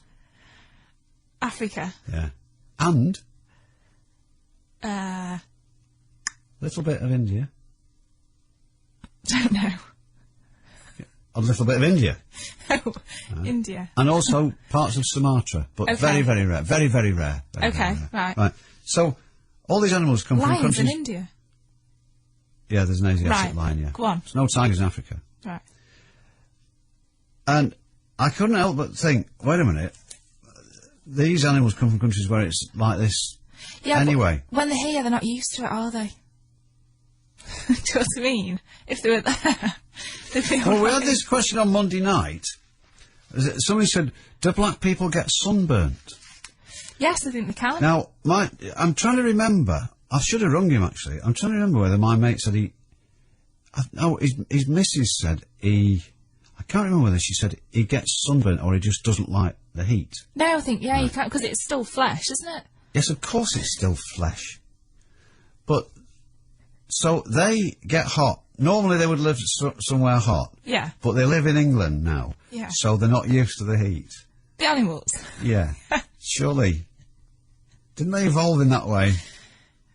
Anyway, right. It's not important. Listen, my last point is... God's truth. Just when you're at work, the TUC have launched a cool work campaign telling firms they should make sure their staff feel comfortable in this heat. There was talking about the National Grid nearly having a power cut, the amount of air conditioning units that are on, and fans and stuff. Linen is the best thing to wear, but they're saying that you should be able to wear shorts. So if your boss is making you go in a suit and a tie or whatever, or a suit for the ladies, and tights, you know, it's ridiculous. See if they'll let you wear crop trousers. Linen ones. I thought you were going to say crotchless tights then. I thought you were embarking... Even stockings would be better, wouldn't they? I thought you were going down that avenue. That's me. That's the sun desk. Oh, right. There you are, your top tips. Right, now she's just putting some Germaline on the big blister on her head. If only I'd taken my own advice. Yeah, there we are. So you don't want this guy liner stuff? Of course I don't. Okay. Fair enough. Just trying. The point I was going to make was... This was only supposed to be like a 3-minute thing, wasn't it? Yeah, but you know it is when you get talking. It's the same. Do you know what? I was late last night because Tuesday I go to my assertiveness training class. Do you? Yeah, and you know how it is when I just couldn't get away. Yeah. So the point I was going to make was... That's rubbish. During... Go on. During times like this... It's like when my mate, when I worked in the Mysterious East. Yeah. And my mate said, he was my gaffer actually, he said, I'm going to see your beautiful country, England. I said, oh, all right. He says, I'm going to university to do my PhD in something or other. Oh, I said, right. I'm going to see this beautiful country, England, of which I've heard so. Because he was Jordanian. He wasn't going to Salford, was he? He was, yeah. Oh, yeah. See, timing's the secret. See, because Jordan, they're very pro-British in Jordan, you know. They think the world of us. So he said, yeah. It's like in 55 Days at Peking, isn't it? Oh, well, absolutely. In the film where she says... Yeah, I know exactly what you mean. Where are you from? He says, Manchester. She says, it must be very beautiful there. That's in the film. That's in the actual film. Anyway, the point is this. Right. He said, can I get is it all right to buy a car over there? Is it easy to buy a car? I said, yeah, loads of people sell cars. Can be dodgy like, but... As long as you do it all right, in principle, it's easy. He says, yeah, he said, what are British cars like? I said, well, they're like, pretty much like most cars, really, since they're all made in Portugal. Turn them on, you know, whatever, yeah. He said, what's the air conditioning like?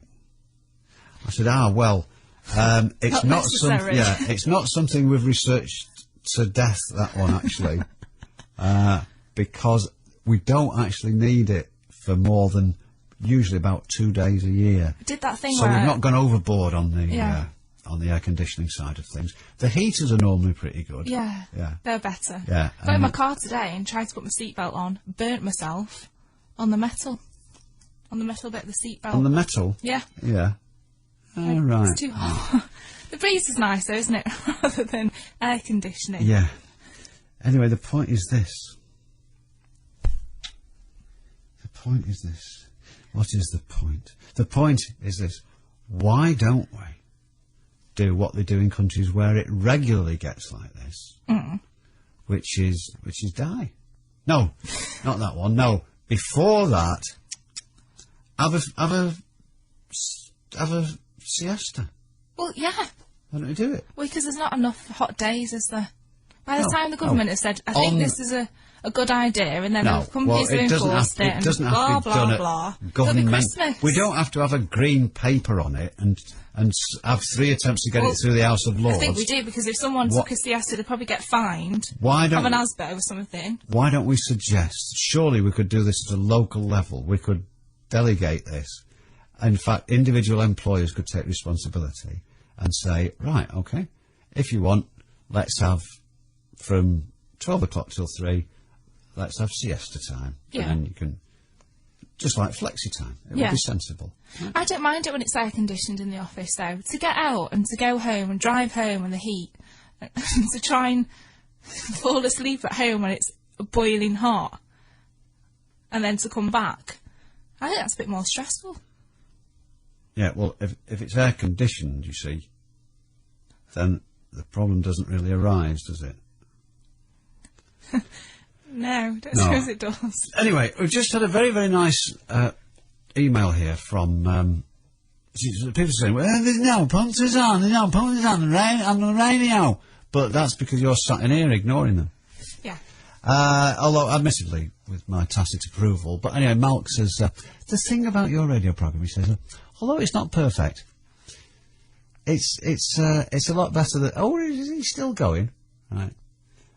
He said it's an open door, which accepts all sorts, which you seem to do. Oh, yes. Variety is what you offer, and it's a formula that works. Absolutely. Isn't that lovely? Isn't that It's lovely? nice, Yeah.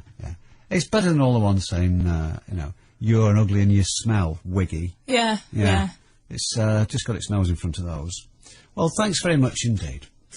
So let's introduce some of this famous light and shade, which has so impressed our correspondent in Northwich. Got a treat for you after the break. Okay. So what I'm getting at there is it's probably time for you to shut your face. Okay. And go and get a Hillman and Right. Produce one. Thanks. Where were we? Oh, and don't forget, world exclusive, the new crime figures revealed at midnight. Are these the Home Office crime figures for... The whole of the UK. The whole of the UK. Exclusively. The minute it gets past midnight, we'll tell you what's been going on. And you can judge this against your perception of crime in Britain today. We've got the official figures. Well, thanks very much indeed. That's something to look forward to. In the meantime, once again, as Malcolm Northwich says, we extend a welcome to everyone. 0161 288 0103. Thanks. The James H. Reeve phone-in on Key 103. I'm just lost for words. She must have been so desperate to do that, to kill her own child as well. With stepping stones into work, advice and support to help you back into work. Sky Festival Manchester 2006. It's the UK's biggest free entertainment festival from the 11th to the 13th of August. This is where Sky TV and Key 103 will bring Manchester to life with over 31 TV channels and 36 events. Listen to Ditchy's Drive Home all next week on Key 103. For your chance to win a Sky Plus package, you just need to let us know why you're the king or queen of TV in Manchester. For details and free tickets, visit skyfestival.co.uk and switch on to Sky Festival with Sky TV and Key 103. This is Smiley Faces, the brand new summer single from Niles Barkley, taken from the #1 album, St. Elsewhere. Niles Barkley, Smiley Faces, the new single, up now. I've got 5! 3. I've got 7! I've got 2. 6! I've got 1. I've got 4. With eSure, if you've got 4 or more, you've got something to shout about. eSure only take on drivers with 4 or more years no claims, so you don't pay for others' mistakes. Call eSure on 0800 030 4446 or visit esure.com. eSure, have you got 4 or more? I've got 22! I think. Terms and conditions apply. The James H. Reeve phone-in on Key 103. Call now on 0161 288 0103. Just a little bit more housekeeping. I've actually done something I've been threatening to do for some time. And which of us can't say that? I've added to our collection the latest contribution from Spanner Swirly Flow in London North 7, who sent us some more rubber bands. He makes certain observations about Arsenal's new ground. Encloses some rubber bands from Fitzroy Avenue. Lovely. Where's that? Chalcott Square. Primrose Hill. That's nice. And so on and so on. So there. So I've wrapped them round my ball. Hang on, I should have thought this one through. Anyway, I've added them to the collection and taken a photograph of it using a digital camera. And assuming that I've done that properly, it'll be posted on the website soon. Thank you. Something to, yeah. Anyway, I'll look into that stuff about Arsenal in a bit. It's probably time to spread our net a little wider and take in someone. What was it our correspondent from Northwich said? Let me just check. I can't find it now. Oh, yes. A radio programme, it accepts all sorts, which you seem to do. You take on board the bewildered and the misled, and you do your best to point them in the right direction. Well, thanks very much indeed. And it's funny you should say that, because Phil in Eccles joins us on Key 103. Hello, Phil. Hello, Reeve. Welcome once again. Yeah, hi. Yeah. Look, I wanted to talk about immigration, yeah? Oh, that's... The thing is... Change is as good as arrest. Look, the stereotypical idea of the asylum seeker, you know, the dark-skinned person coming over here or the Albanian coming over here, they aren't the threat to this country. As far as I'm concerned, the threat to this country is the almost latter-day plague of locusts that have come over here from South Africa, white South Africans that have come over here since the fall of apartheid. These wretches, these bastards, they've come over here and they've taken our jobs and they've usurped us in many ways. Haven't you gone down this particular psychiatric cul-de-sac before, complaining about white South Africans? Look, they're everywhere, Reeve. I feel like David Vincent when I go through Eccles. It's particularly in Eccles, is it? Absolutely. And Ashton-under-Lyne. Eccles and Ashton-under-Lyne are full of white South Africans. I mean, look, they're racist, yeah? I mean, they are racist because they all come over here after apartheid ended. Because they couldn't stand the idea of staying in their country after black people had taken over.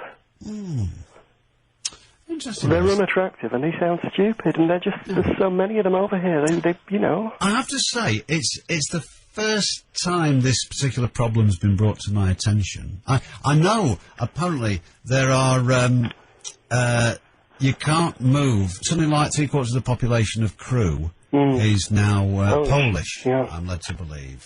Well, maybe I'm just more perceptive than most people, Reeve. Maybe that's why I've brought it to your attention. Okay. Can we just say, I mean, well, there's only one way to find out, Phil, isn't there? And that's to ask the Hillmans. Yeah. So, if you're an expatriate white South African living in this country, taking somebody's jobs, I mean, the only consolation for you, Phil, is that I've got a terrible feeling I've had exactly this conversation before, is that there's no danger of anybody taking your job because you've never had one and no intention of getting one. I did some tarmacking once many years ago. Yeah. It was only 3 days, but it was hard work. Yeah. With a bit of stuff you had left over. That's right. That's right, yeah. So, so we can relax. I mean, there's one South African we can't point the finger at. Nelson Mandela. And say, if it weren't for you, Phil would be in a job. Well, who's that? Well, there isn't anyone who answers that description. Right, okay. Because you wouldn't be in a job anyway, wouldn't you? Well, it would be, yeah. Look, I'd love to work in a place like Morrison's, earning loads of money hand over fist, or in Cash Recycle, or in other places where South Africans proliferate. But it's just that people like me, we're almost like we're members of the underclass, and these people, these sons of bitches, they come over here from places like Bloemfontein and Pietermaritzburg, and they come over here, they take our jobs, and they swagger around arrogantly like they own the place. Okay, ring us now. If you're a South African, a white South African, did you notice me slipping into it? Oh, that was brilliant, really. Yeah. If you're right, I want all you voortrekkers out there to ring me now and tell me if you come over here taking Phil's job. I read something today. You'll like this. You'll love this. I found out rather more about somebody than even I knew to start with. Who was it, Jonathan Ross? No. Well, I don't think we need to know any more about Jonathan. I think we've already made our minds up. Well, who was this person? This is Major General Sir Horace Smith-Dorrien. Never heard of him. Ah, well, I'll tell you what. I sort of arrived at this fact by the wrong route, if you like. So now that I've got the full picture, I'll put it in its more dramatic form. Okay? Yeah, okay. Right.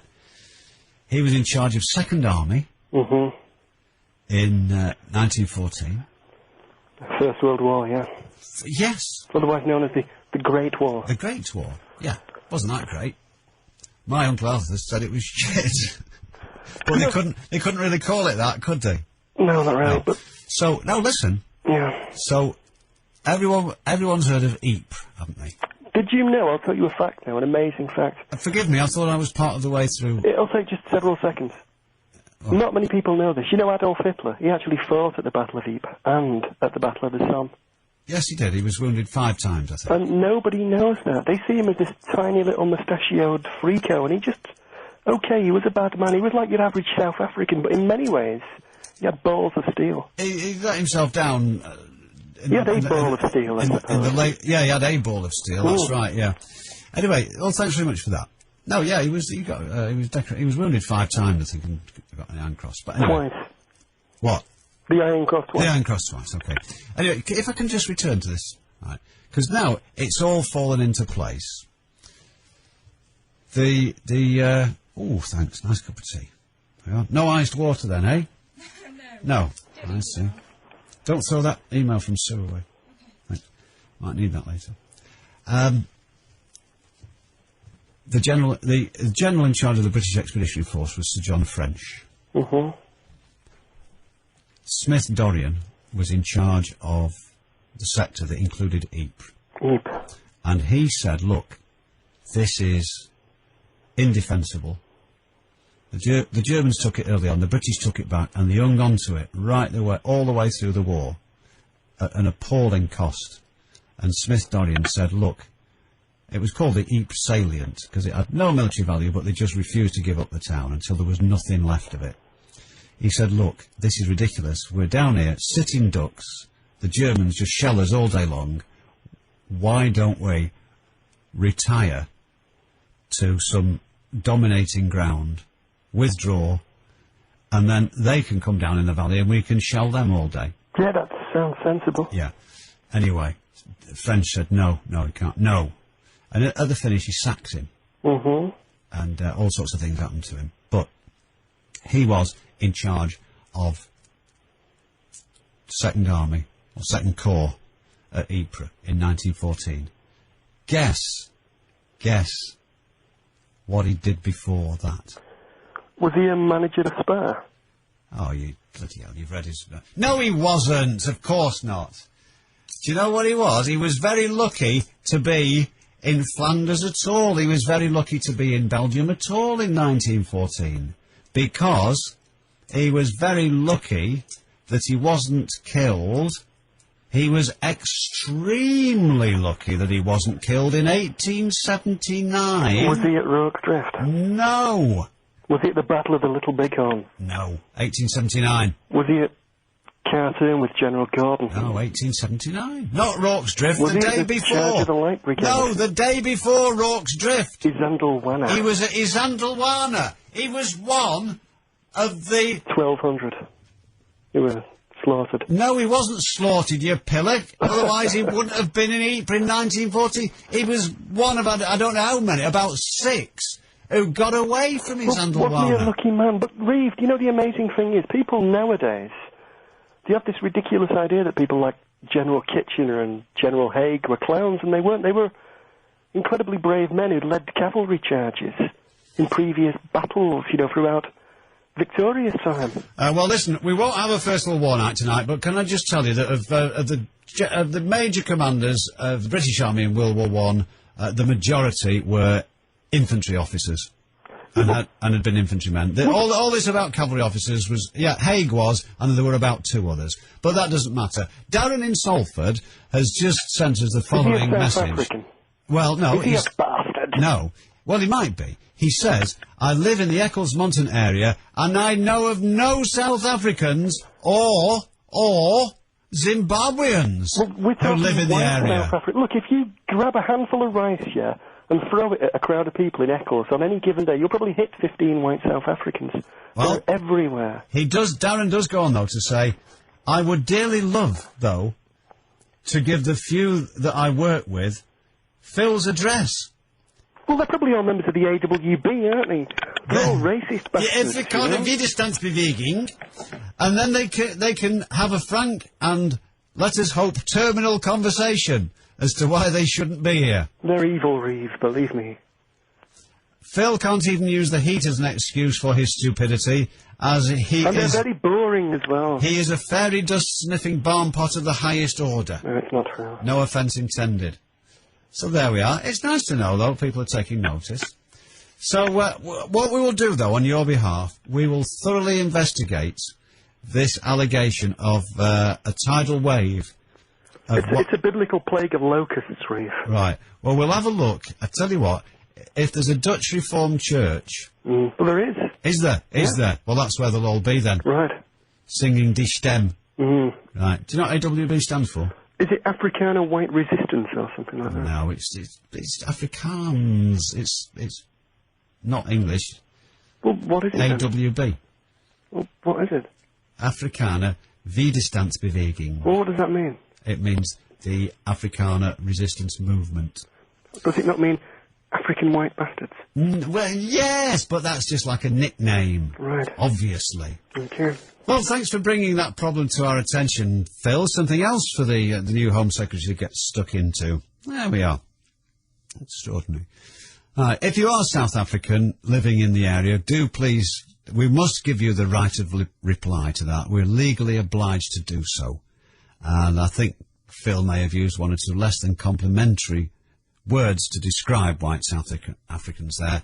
Please feel free to come on, have your say, and just perhaps let us know, put our mind at rest. You know, the problem may be exaggerated. I don't know. There's only one way to find out, though, isn't there?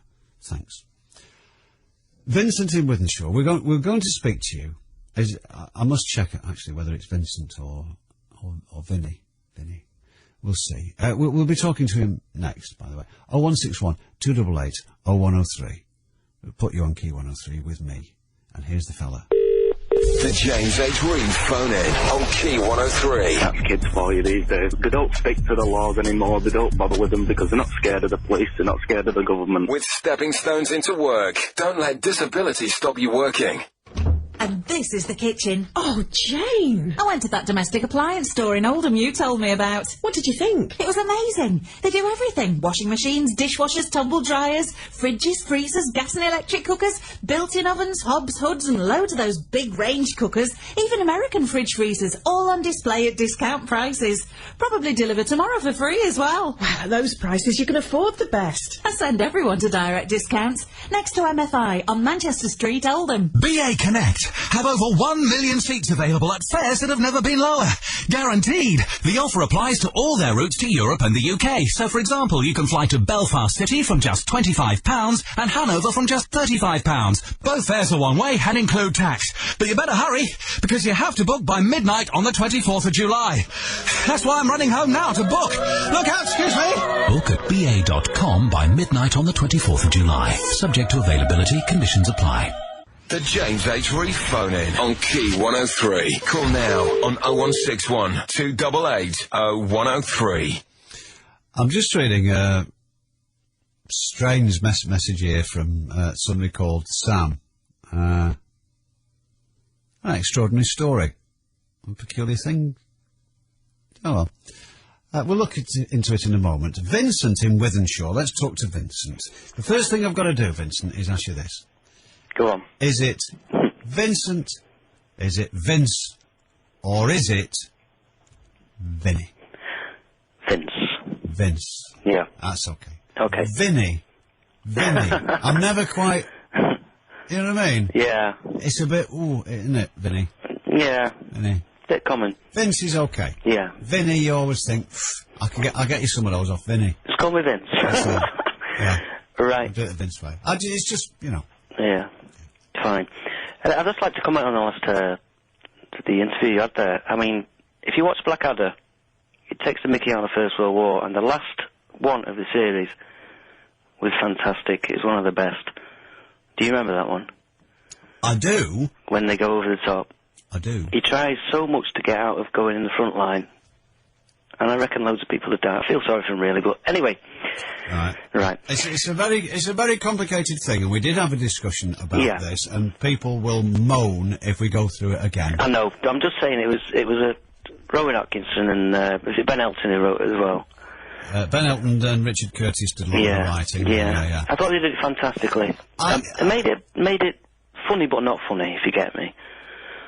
Well, it was. Well, you had all the top comedy stars in there anyway, but... Quite so, but... Right, now you've provoked me into this. No, go on. No, I'm sorry. I cannot... people are saying, everyone's suddenly changing the tune now that all the old... You can't humorise the First World War. Well, it's difficult, although, of course, like everything else, people can humorise the... Humorise? Does that mean to keep it damp? Anyway, yeah, of course. Yeah.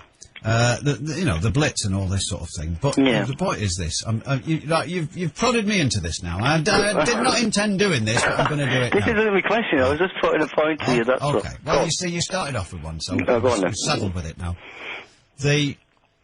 What that last Blackadder did. Yeah. And when you see it, I nearly shed a tear when I saw it. Absolutely. And I'll tell you something now, I can't listen to, if it chances to come on the radio, you don't get it on Key 103 a lot, to be fair, The Last Post. Very rarely play that. Yeah, I have to turn it off because I've been to the Meningate where they play The Last Post every night, and you read all the names, and you see all the graveyards and all the rest of it. Yeah. Okay. But to go back to the Blackadder thing, what that episode did was it made graphic the image which has been cultivated about the First World War for about the last 40 years. And it fitted everyone's preconceptions of it. That's right. The actual tale, and I won't go into the whole thing about explaining about Douglas Haig and all the rest of it, the actual tale is much, much more complicated than that. Yeah. And all I'll suggest is this. People say Haig's only idea was to send men marching across open ground towards machine guns. Yeah, they just walked. Well, you see, you're doing it now. Go on. You're doing it, right. Explain to me how that is going to win you a war. Explain to me how getting all your men killed is going to win the war. Well, because there's so many millions that lay down their arms. The Powells, for instance. Yeah, no, you see, no. Oh dear, there's a lot of work to be done with you, Vincent. I know. We're starting from scratch. Yeah. The Germans had the right idea. The Germans had a much better idea, which is, why don't we persuade them to march their troops towards us? Yeah. And we can shoot them all down. And that's exactly what they did at Ven. And they weren't daft with it, because they built bunkers that were hundreds of feet under the ground. Not hundreds of feet, but I mean, they were very well... Yeah, armoured. Right, they said, what we'll do is... And if anyone had a callous attitude towards the men, it wasn't their own generals, but the most calculated thing was what the Germans did, which just said, right, we will keep attacking Verdun. Yeah. And the French, to them, it was like us losing the Tower of London, you know what I mean? Yeah. Absolutely demoralised it. So the French would do anything to stop it being taken by the Germans. Yeah. And the plan was, in the end, it backfired and the Germans lost as many men as the French. But the original plan was this: we'll encourage them to keep attacking it. Yeah. To keep defending it. Yeah. And we will kill as many Frenchmen as possible because we know they won't give up. So. Right. That was the idea. So the Germans' idea, very sensible, was to get as many French soldiers killed, not their own. The way to win a war is to get the other lot soldiers killed. Yeah. So, as I say, now you see, I could do without notes. I could do from now till 1 o'clock if you wanted. No, you're all right. Yeah. I'm gonna draw the line there. Right. Can I come back to my original question now? Yes. Okay. Did anybody in the South Manchester area see a very bright shooting star last night at about 10 o'clock? At 10 o'clock last night? Yeah, I live near the airport. Big field. Big field at the back. Yeah, that causes problems in itself, though, doesn't it? Why? Well, you know, with all the lights going on and off and flying around. No, I didn't actually see it. Oh, okay. I went into the dining room, the window was open, because it was a very hot night, and I looked up to the kids' room to make sure their window was shut. Or not too open, because they watch the telly late at night and that. Yeah. And as I looked down, I saw what looked like a plane, and suddenly turned into a white ball, then disappeared.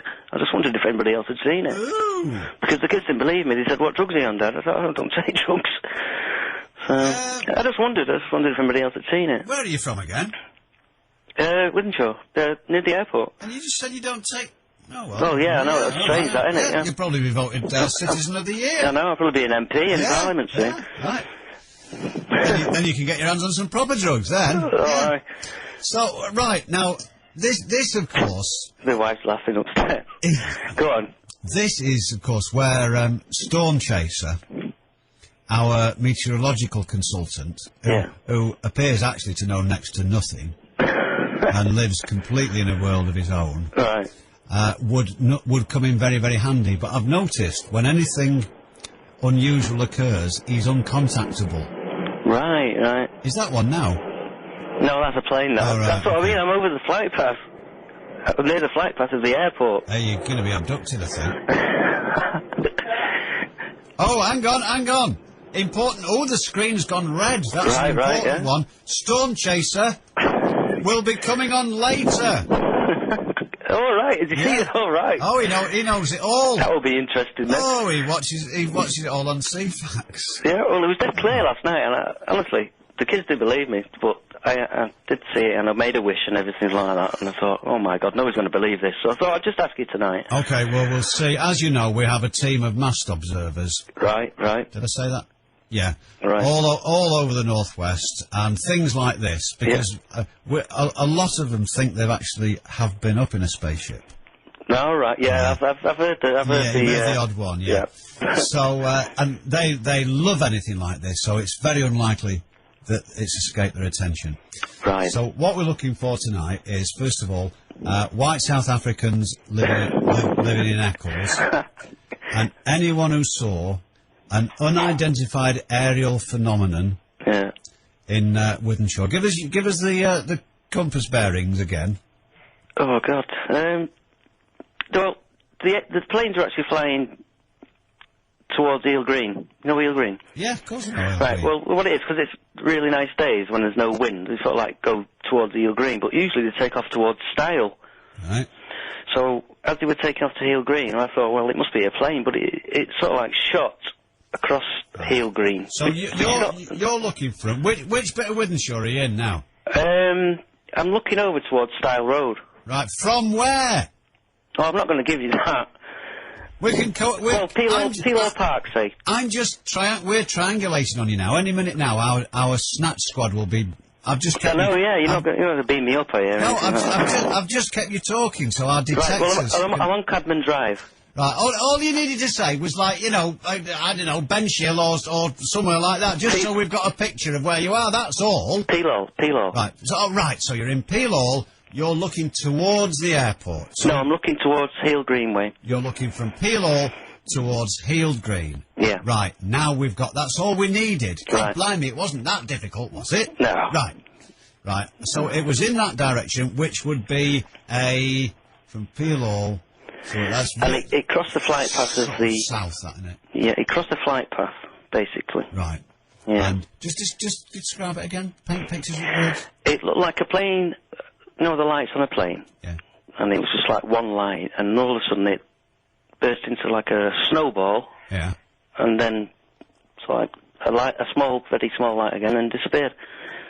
Right. Okay. We'll our what was I going to say there? Absorbent. Our absorbent listeners. Yeah. Because many of them have to wear incontinence stuff. Many of them are very absorbent. You got a load of them, yeah. Yeah. But also not you personally, right? But never mind. Right, but those of them who still know what's going on, are quite observant as well. Yeah. So, all right then. Right. Yeah. So we'll see if they've been monitoring the skies. Look to the skies. No, I wasn't looking at the skies. It was just an accidental look at the skies. No, I'm not talking to you. Oh, right. I'm speaking to the Observer Corps. All right then. Right. God's truth. So, did anybody see that? Right, 10 o'clock last night. About that time. Yeah, well, they won't have done, you see, because everyone will have rushed indoors. Like no, they'll have rushed indoors and put the wireless on, won't they? No, but what I was thinking of, the airport hotel. Yeah.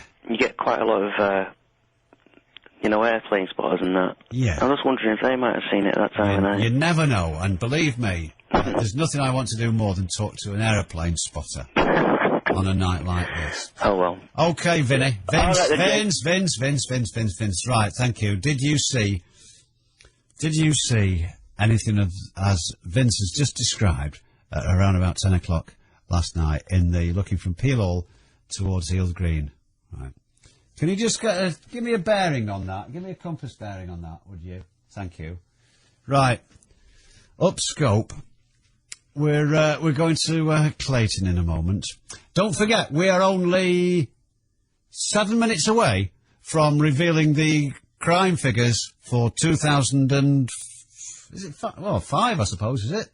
Yeah. Anyway, direct from the Home Office, live on Key 103. And you can test it with your own perception of crime in Britain today. It's 6 minutes to midnight. The James H. Reeve phone-in on Key 103. I got really mad and thought, well, stuff you. I can do this. I know that you're wrong and I can do better than this. With stepping stones into work, advice and support to help you back into work. Tooling in the morning. The only way to wake up. Good morning to you, Stephen. What's in your house that's never been used? My father-in-law's ashes. Oh! Where are they? They're in the cupboard in the kitchen. And do they stay there under lock and key, or are they... Not always. Do you take them on holiday with you? No, I try not to. Captain I might not get through customs with him. Excuse me, sir, what's this here? He doesn't look like his passport photo.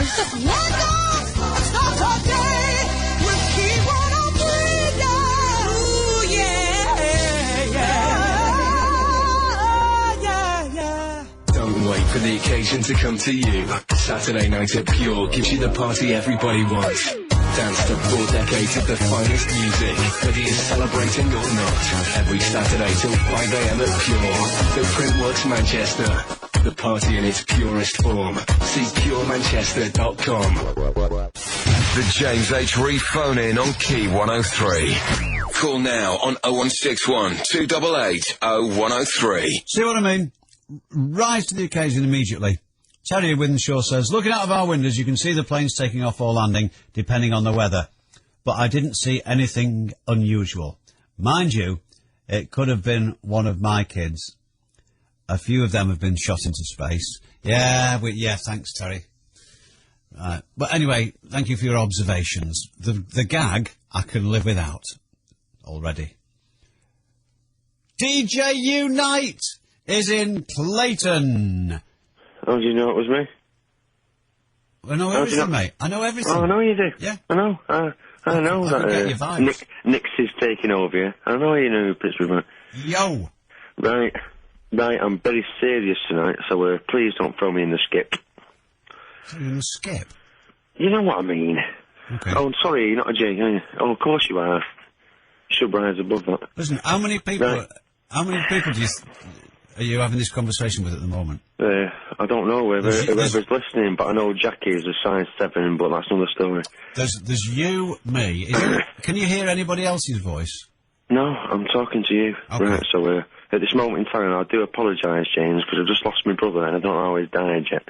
Right? So let me get that out of the way, why I'm talking like I'm talking. Right, I think it's nice. It's absolutely, it's nice to be honest, isn't it?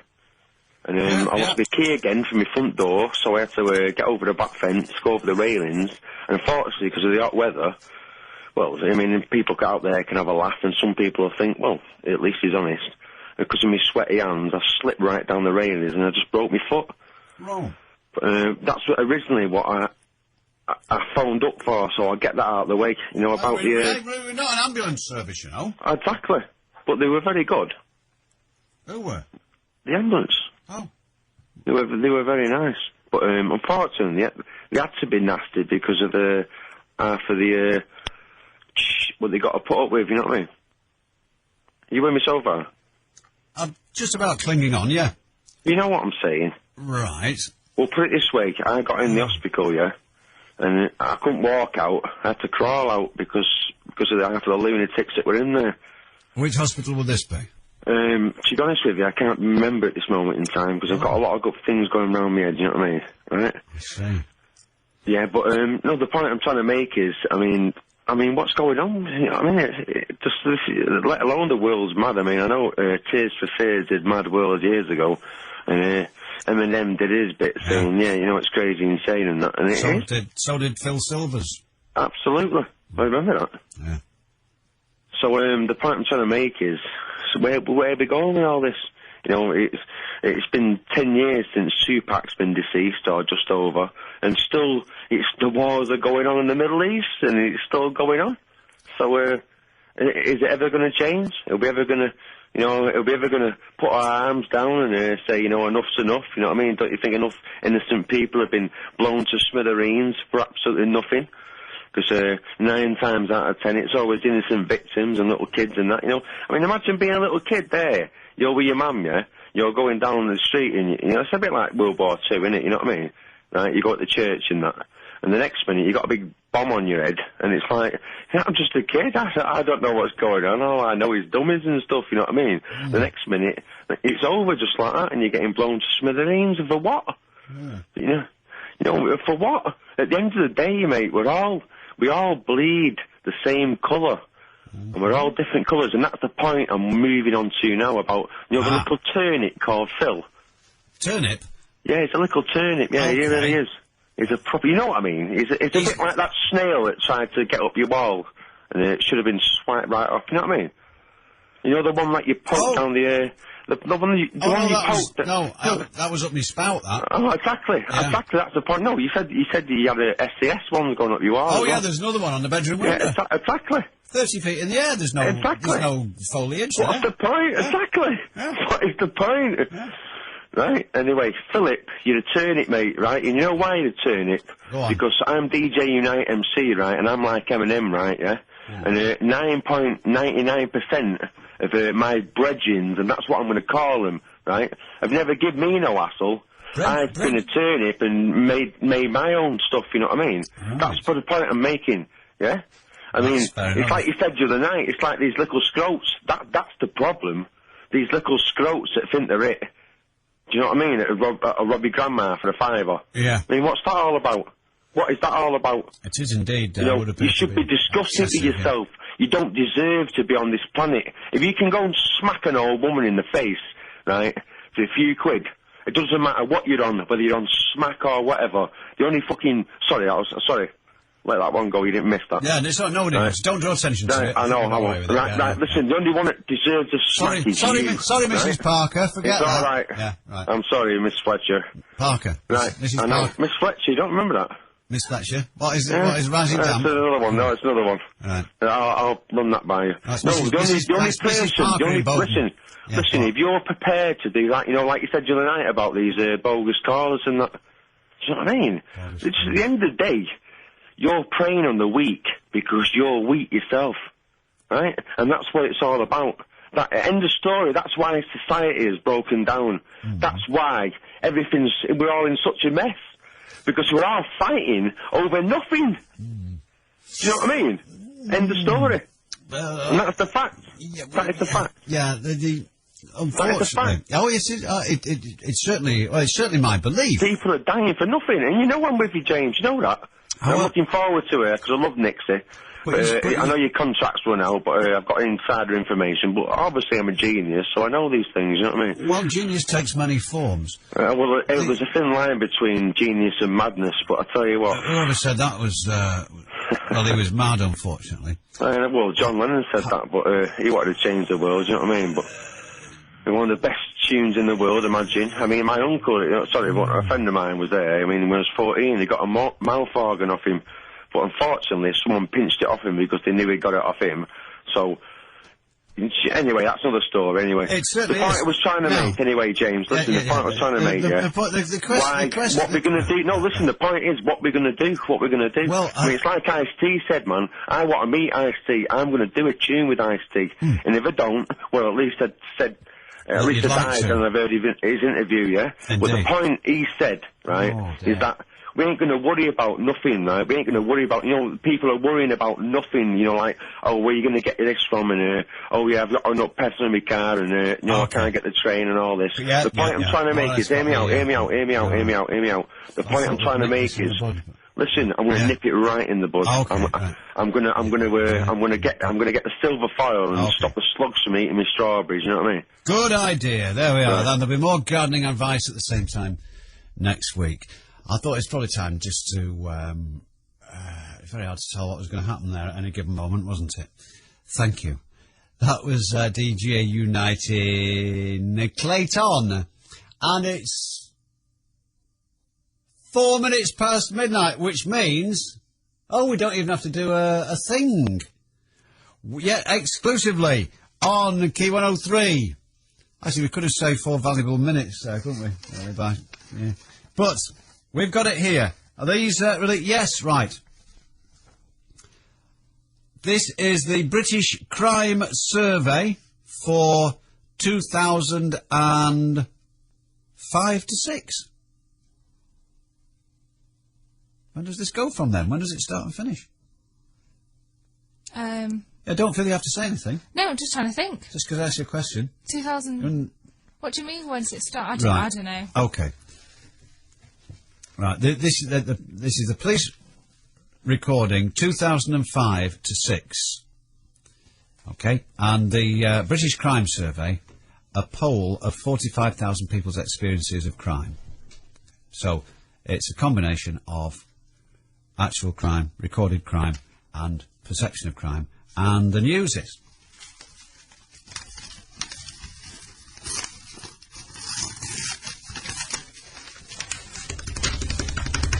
And there is... That was a drum roll. There wasn't any. Fantastic. Any crime? No crime. Cracked it. There you go. Brilliant. That was lucky. Tough on crime, tough on the causes of crime. I knew. A pincer movement, you see. Couldn't help but succeed. Brilliant, yeah. No crime whatsoever. Excellent. That's seasonally adjusted. Very, very good indeed. Well, that's a stroke of luck.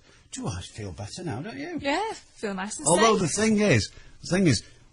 No, not at all. No crime recorded at all. Nothing. It's all stopped. The thing is, though, now, you see, any figures for the next year... Oh, they're going to be... They're bound to look bad, aren't they? Yeah, yeah. Terrible. Just check. It's nothing to do with a computer program that they've invested in. At the, at the crime office. Crime People's Office. Whatever it's called. Thanks. There we are. Graham wants to talk about the very same thing. Right. Amazing. What a fantastic and encouraging response. Graham in Hume, you're on Key 103. Evening, James. Very, I'm right on top of things you are, mate. That was brilliant. It was like being at one of these awards, wasn't it? Very much so, yeah. You know, Porn Star of the Year, James H. Reeve. Yeah, well, I won it outright. Yeah. I get to keep it, yeah. Just a quick thing on snails before we do crime. Please do. Just get a plastic bucket, turn it upside down and stick it in the middle of your lawn. And leave a small gap. They love it in there. All right, thanks. Well, it says putting saucers of deer down. Why do that? You can drink it. Do you mean to use gardening hour? Hey, what's happening? Shall we? Gardening hour. Weekly. Yeah, of Weekly course. special. Yeah. Anyway, thanks very much indeed for that, Graham. That's lovely. I'll remember that. Okay, so that's snails. Now on to crime. So there is none? Snail crime. No, according to the figures. You know what they've done, James? They've been very, very crafty. Go on. It's a bit of a conspiracy theory. They've put everybody on an ASBO because that's a civil offence and not a criminal one. Ah, possibly. Yeah, they've got everybody in ASBO. That's right, yeah. Yeah. So for whatever offence now, give them an ASBO, and if you put 1 million of those out in a year, you have 1 million less crimes, haven't you? Yeah, I believe that's what they'd got up the sleeve for Milosevic. If he hadn't, unfortunately. Yeah. But I tell you what, I can see Saddam getting one. You think? Yeah. You do that once more, and by God, you'll know about it. It could become that's the official verdict. That. It could become Safari Saddam, couldn't it? They could send him on safari. Why would anyone want to do that? Is that funny? No, it's not, is it? Don't think so. Well, you surely remember tabloid newspapers when newspapers? Peepers as well, yeah. When, you know, it was said that Safari Boy had been given this fantastic treat of, you know, they'd sent this young offender on safari, and how disgraceful it was, and they should have flogged him.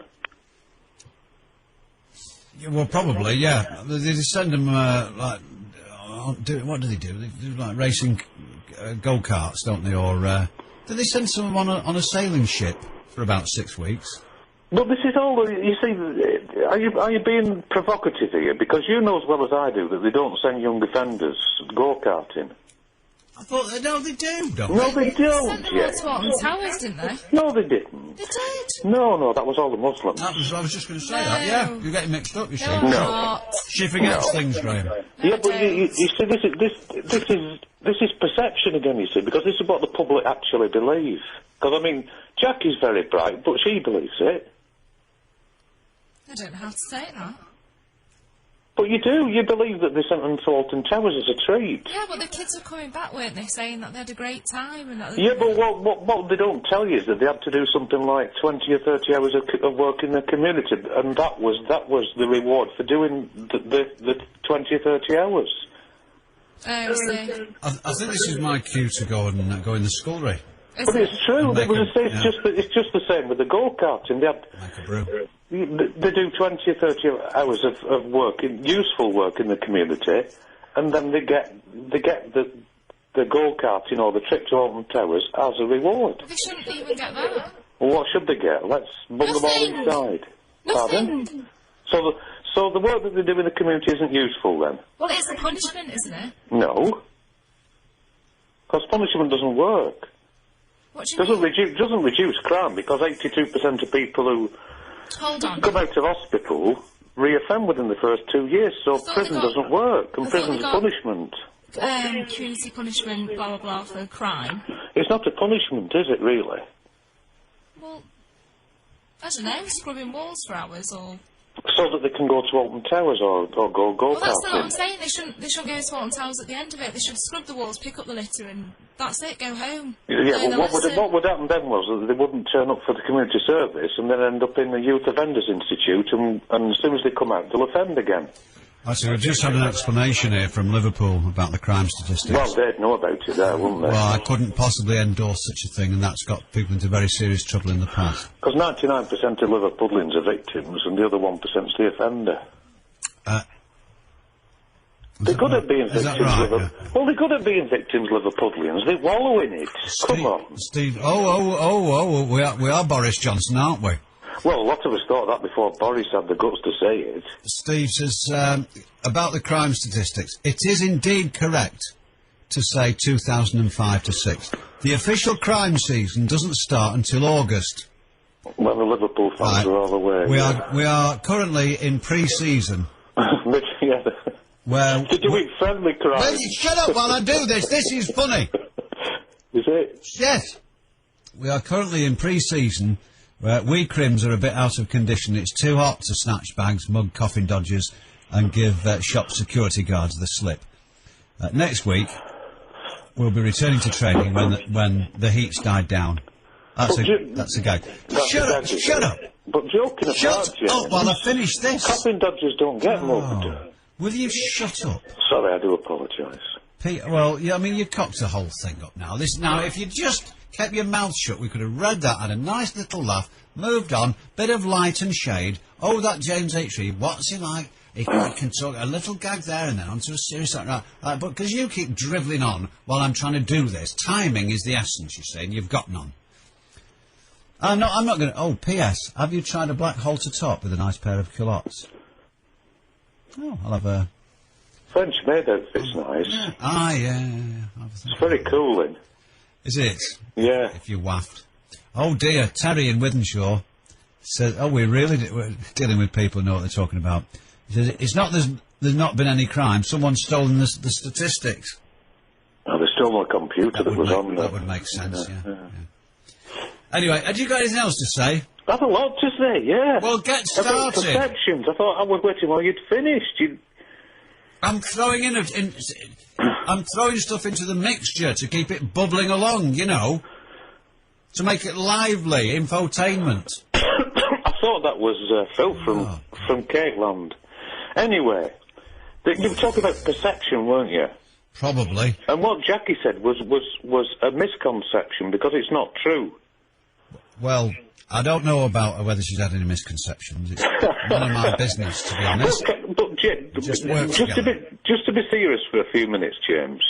If only 8% of crimes, this is to do with perception. If only 8% of crimes committed by the under-18s, why is it that the under-18s are the ones who are demonised and meant to be the main focus?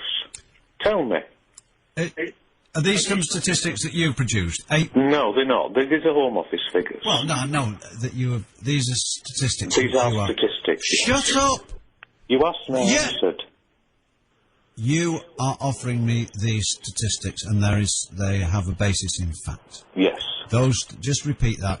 8% of crime. 8% of crime is committed by the under-18s. 8% of crime. Right, well, it's less than 8. It's 7.2 something or other. Therefore, this focus on youth as the seeming criminal element is misguided, is misplaced. It's a perception that's not true. That'll be very interesting. Well, that will be very interesting, because I'm going to return to that message earlier about a curious incident which was sent to me. I'll do that in a minute. But so can I just add on to that? Your point is what? The people who are the most likely to be victims of crime, especially street crime, are young people. Absolutely, yeah. Right. Listen, do you want me to give you the real statistics? The blank ones, yeah. No, the real statistics. That have just been released at midnight. Yeah. Right, I will do. I'm quoting now. That other bit, by the way, earlier, that was a joke. I thought it was.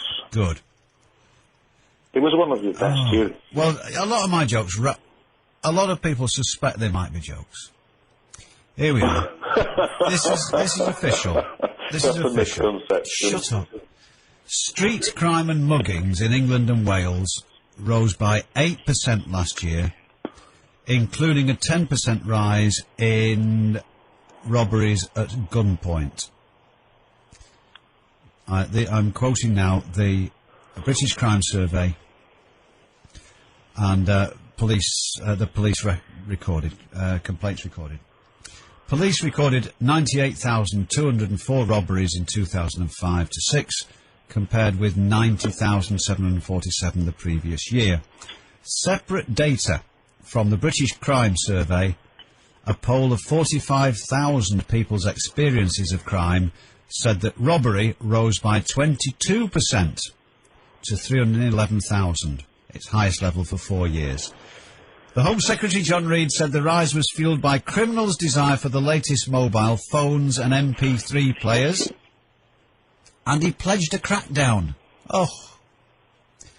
The total recorded violent crime was up by 2% to 1,220,198 offences.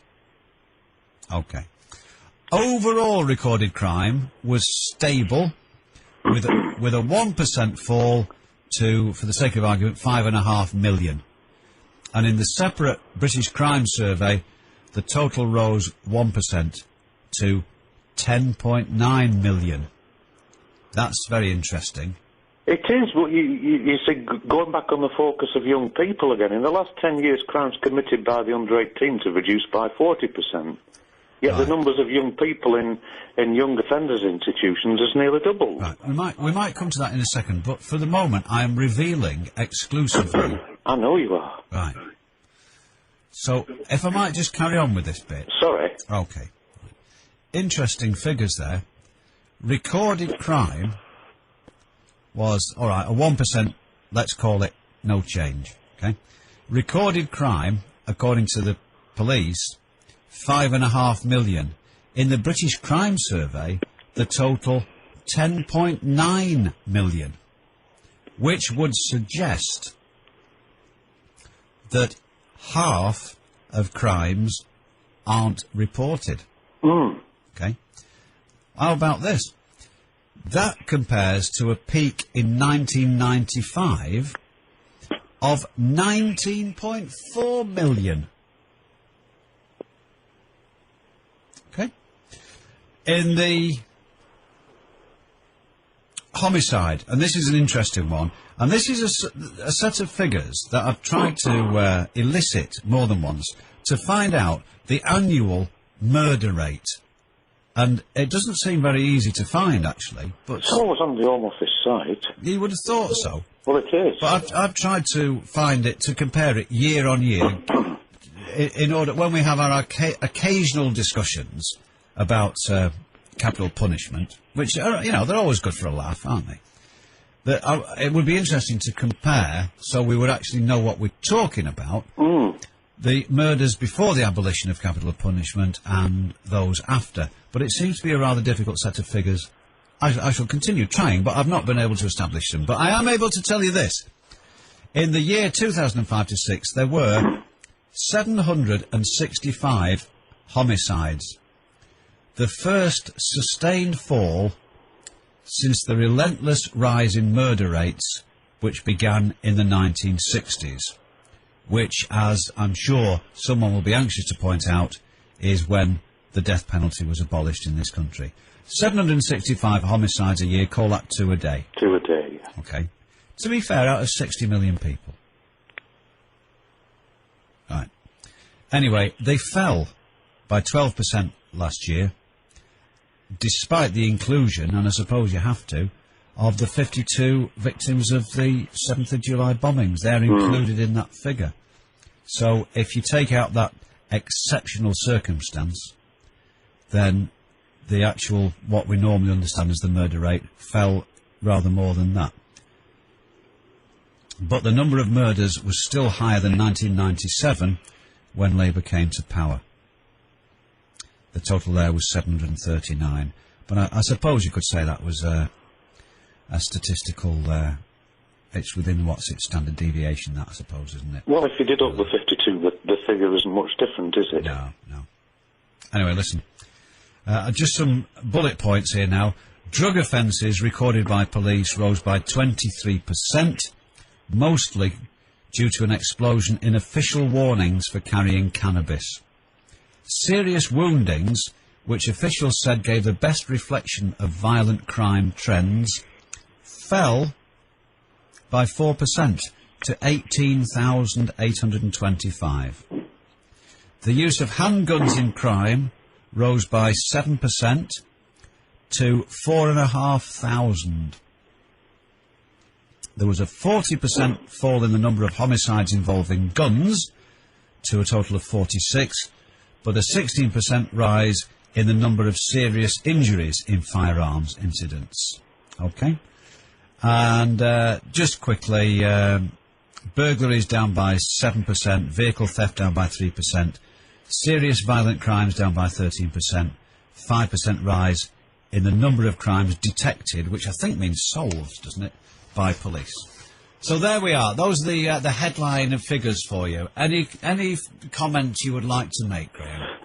Yeah, really, it's back to it's back to this thing about perception. I think people's fear of crime leads to more crime, if you understand what I mean. Because I think if there were more people who weren't afraid of crime, who were out there in the streets, there would therefore be less crime. Interesting theory. There's still a lot of crime there. There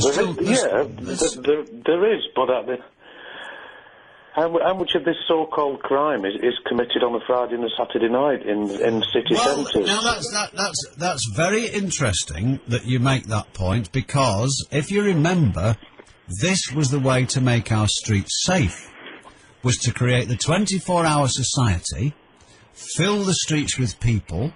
That way, everyone feels safe. It would be like a European city. Everyone would be strolling about. There'd be so many people around, and they would be all delightful people who'd all been to the opera, the theatre, yeah. Yes, and therefore, and they would all ride home on the tram together, just as if we were in Strasbourg or what have you, right? Right. What they didn't allow for was the fact that all these people crowding the streets would be smashed out of their head. And smashing each other's heads. Bit of a miscalculation. So the theory as to get more people out on the streets, I'm not sure that it works. Well, if you sell more beer, you get more tax, don't you, so... What? If you sell more beer, you get more tax to the exchequer, so it's working out fine. I suppose so, yeah. And they can always, we're opening up casinos every 200 yards, so that'll be fine. There's a thundering great casino on the way home. I'm sure it wasn't there. A few weeks ago. There it is. It's packed. Car park's full at 2 o'clock in the morning. Right. So I got fed up with him. Because, I'm sure he means well, but it never gets anywhere, does it? 19 minutes past midnight. Anything else? If anyone would like to ask me a question out of the... we'll just take this Noel Edmonds down a peg. If you weren't with us before, it did not escape my attention that on the back of the apparent success, so they say, of Deal or No Deal, the ruthless merchandising has started. I've not yet got a Noel Edmonds doll, although if I do get my hands on one, he'll know about it. It's worth a try, isn't it? All right. And but what they have got is the Deal or No Deal quiz book, which struck me as very strange, because he begins it by saying, just one question. So, how substantial can this quiz book be? How's that going to pass a long winter evening, reading it out to each other? I can't see it from here. We're going to Longsight in a tick, and we've still got room for you, if you like, before 1 o'clock. I'm not mad. I'm quite happy sitting here explaining things to you and Jackie and sometimes to myself. But if you want to join us, it's 0161 288 0103. The James H. Reeve phone in on Key 103. I'm glad the Spend Your Exon era is over now. It's finished and it's behind us. With Stepping Stones. See steppingstonesintowork.info. Sky Festival Manchester 2006. It's the UK's biggest free entertainment festival from the 11th to the 13th of August. This is where Sky TV and Key 103 will bring Manchester to life with over 31 TV channels and 36 events. Listen to Ditchy Drive Home all next week on Key 103. For your chance to win a Sky Plus package, you just need to let us know why you're the king or queen of TV in Manchester. For details and free tickets, visit skyfestival.co.uk and switch on to Sky Festival with Sky TV and Key 103.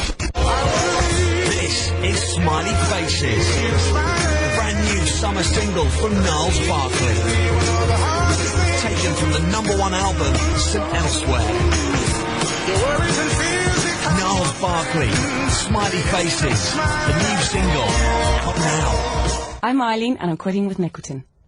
I was quite dubious about giving up cigarettes because when I gave up before, I did put on a bit of weight. But now I'm 6 weeks into it, and I really find with the nicotine lozenges that not only are they helping to take away my cravings for the cigarettes, which is great, but also I find that I don't have to be eating and nibbling all the time, so far so good. Eileen quit smoking last year using nicotine CQ 4mg lozenges, which helped Eileen control her cravings and her weight while she quit. Requires willpower, contains nicotine, always read the label. Section 3, Currency Abroad. Ayúdeme, por favor. Mientras que acariciaba una lama, perdí mis pantalones que contenían todo mi dinero. Please help. While petting a llama, I lost my trousers containing all my holiday money. Want a safe, convenient way to take money abroad? Then the new American Express Traveller's Check Card from Thomas Cook is right up your high street. It's easy to use and a cost-effective way to spend worldwide. For 0% commission and the best rates guaranteed, visit your local Thomas Cook today. Issued by American Express Bank Limited. Terms and conditions apply. Ask in store for details. To get free broadband, just answer this simple question. Can you find your way to talktalk.co.uk?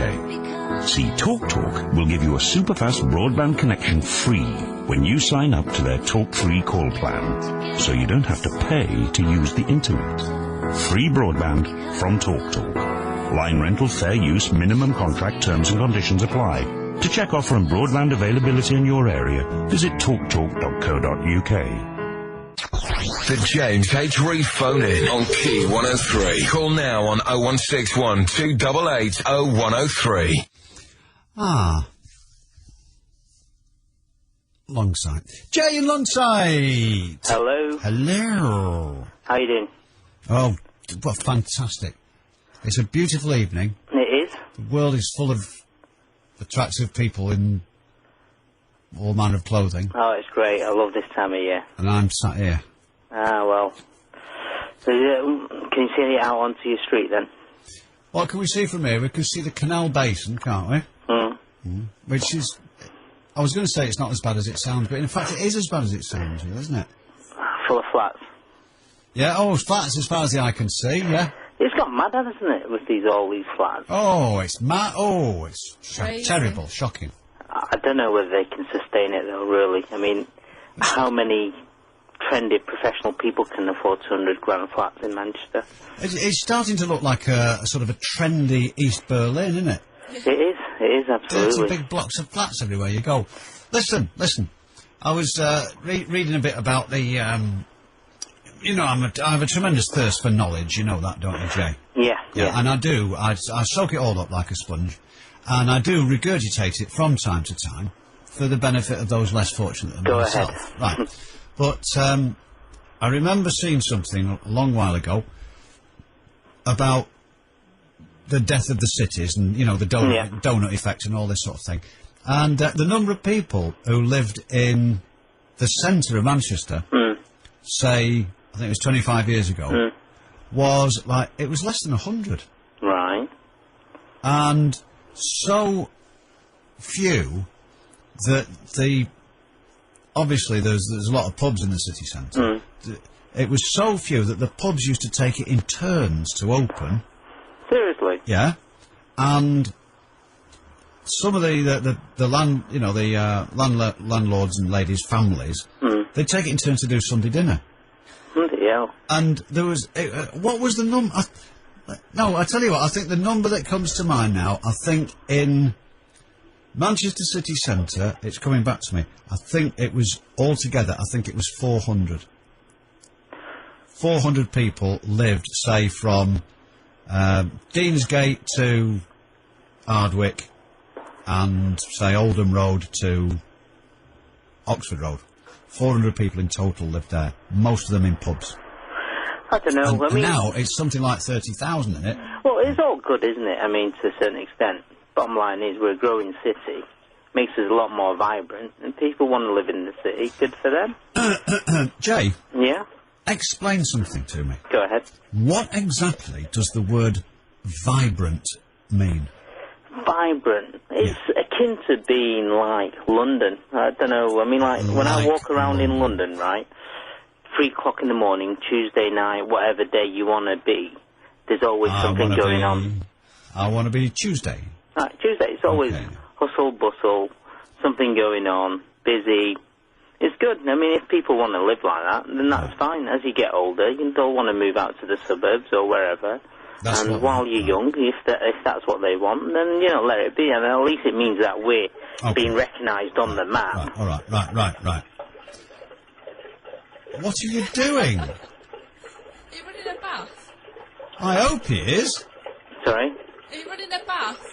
No, I'm actually sat in my little yard in the back garden, and the drain's going off while the missus is washing up. Oh, thank heavens for that.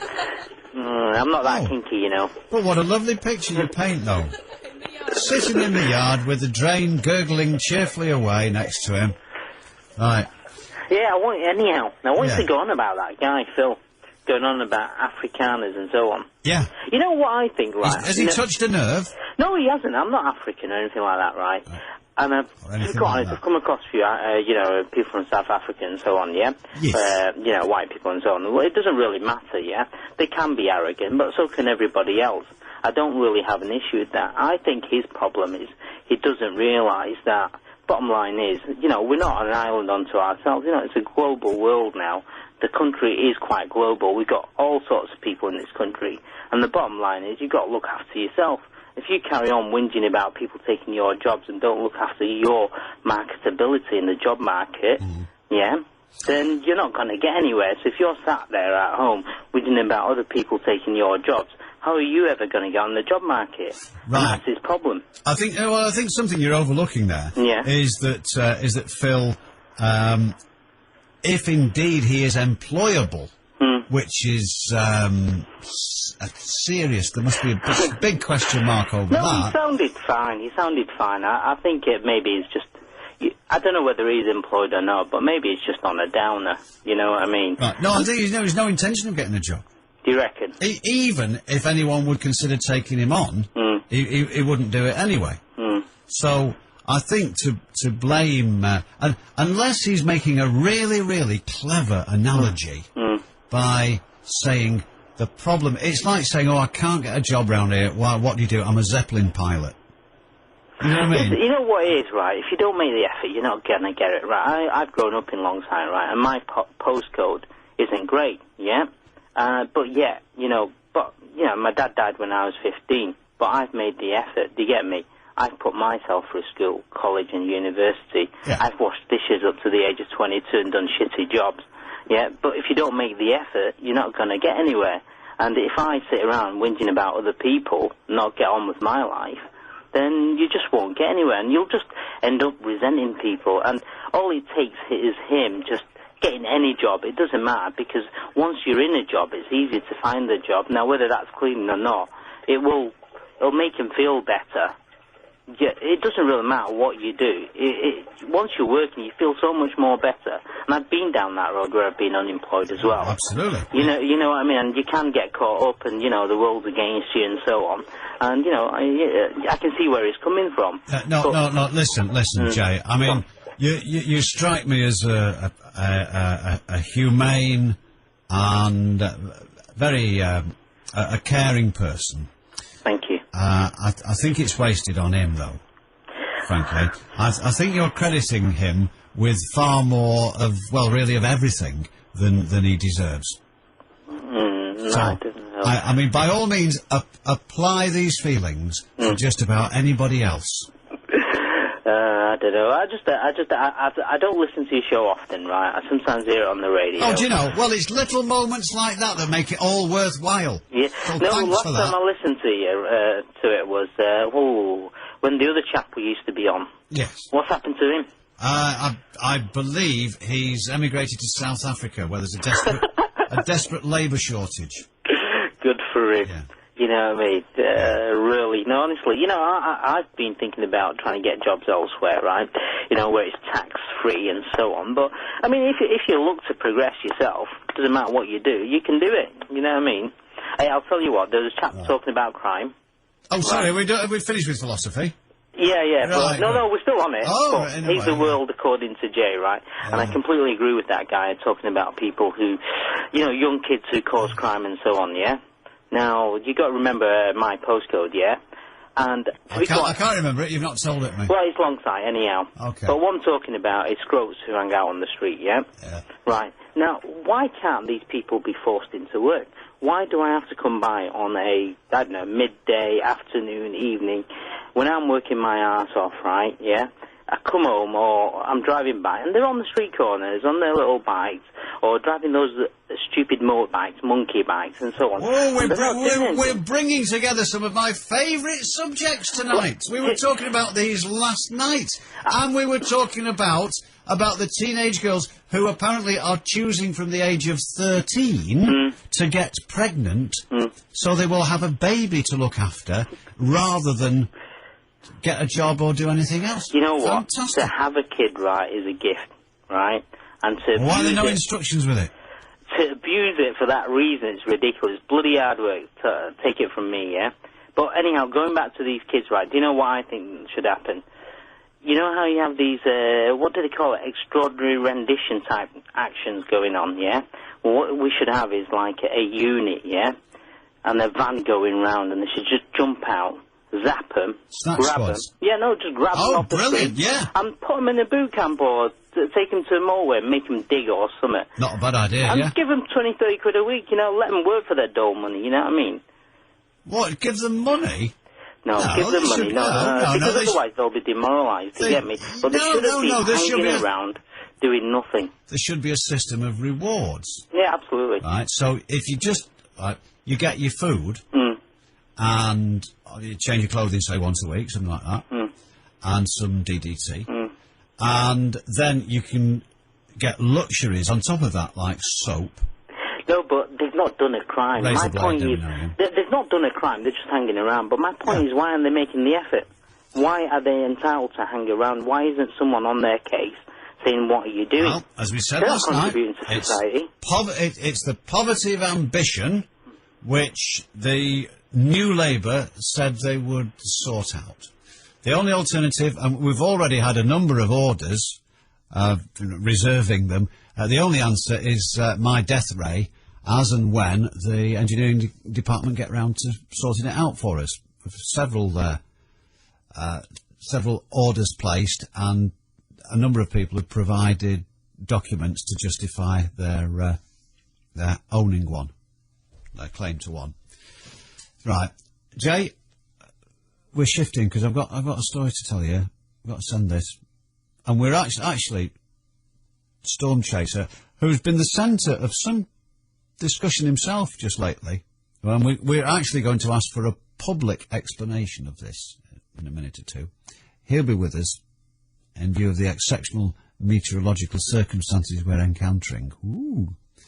So let's do some of these, and I'll explain what I'm going to do, because there's two things here you're going to be interested in. The James H. Reeve phone in on Key 103. If anyone ever hurt that child, when they got released, I would personally hunt them down and I would end up in jail myself. With stepping stones into work. Don't let disability stop you working. This is McFly, back with a brilliant double A-side single for sport relief. Please, please, and don't stop me now. Available on 2 CDs and DVD single. Go on, be a sport, buy it now. I'm standing on a crumbling ledge, peering down into a gorge of self-doubt. And then Andrew catches hold of me, and suddenly we're flying high above snow-capped peaks of happiness. When we get too giddy, we swoop down to restful fields of beautiful flowers, where we lie together until the end of the call. With free weekend calls and texts for Vodafone pay-as-you-talk customers, where will your conversation take you? Use £5 Monday to Friday, join in-store or call 2345 on Vodafone. Make the most of now. Excludes 08 and 09 numbers, each call up to 60 minutes to any network. Fair use and conditions apply. The James H. Reeve phone in on Key 103. Call now on 0161 288 0103. I'm a bit reluctant to do this because it's going to take a couple of minutes to do, and it's an email. I don't like this, but normally, it's a phone-in, strictly speaking. Anyway, Sam, that's all. Sam in Manchester, male, presumably, says the following: James, I've never been more scared than today. I was in Hyde, walking across the Millennium Park, where the area is, I love this, is 98% Asian. I don't know whether that's from the electoral register or whatever. Anyway, the point is made. They were all out playing and just chilling as I walked past. I told one of the kids, I told one of the kids there, I bet you're lucky, a free tan for life. The next thing I know is that he goes and talks to some of his friends, and suddenly I'm being chased by thugs, round about 30 of them, all aged between 15 and 20. They chased me a long way round Hyde until one caught me, threw me to the ground, and then they all started hitting me, kicking me, punching me while I was on the floor. Nobody helped me. They were shouting racist names to me. I got up, started running, and saw more Asians old enough to be dads who just stared and laughed as I was getting this abuse. Right. I mean, it'd be nice to hear from you on this one, but, I recommend you never go in Hyde unless you don't believe me. Then, perhaps understandably in a state of heightened emotion, Sam says, they are thugs coming in our country and thinking they own us, they should all be shot dead, which is extreme. Although, of course, I'm hardly one to talk, because I suppose my death ray, strictly speaking, is a lethal weapon. Yeah, you put me in a bit of a difficult position there, Sam, but if you'd come on and talked about that, that would have been ideal. That's the second best by a long, long way, but there you go. What can you do? What can you do when your shoes let water in? Are we going to talk to him? Thanks. There's a load more stuff, actually. Yard has taken a break from sending me an endless stream of abusive emails to point out that he doesn't get sunburnt.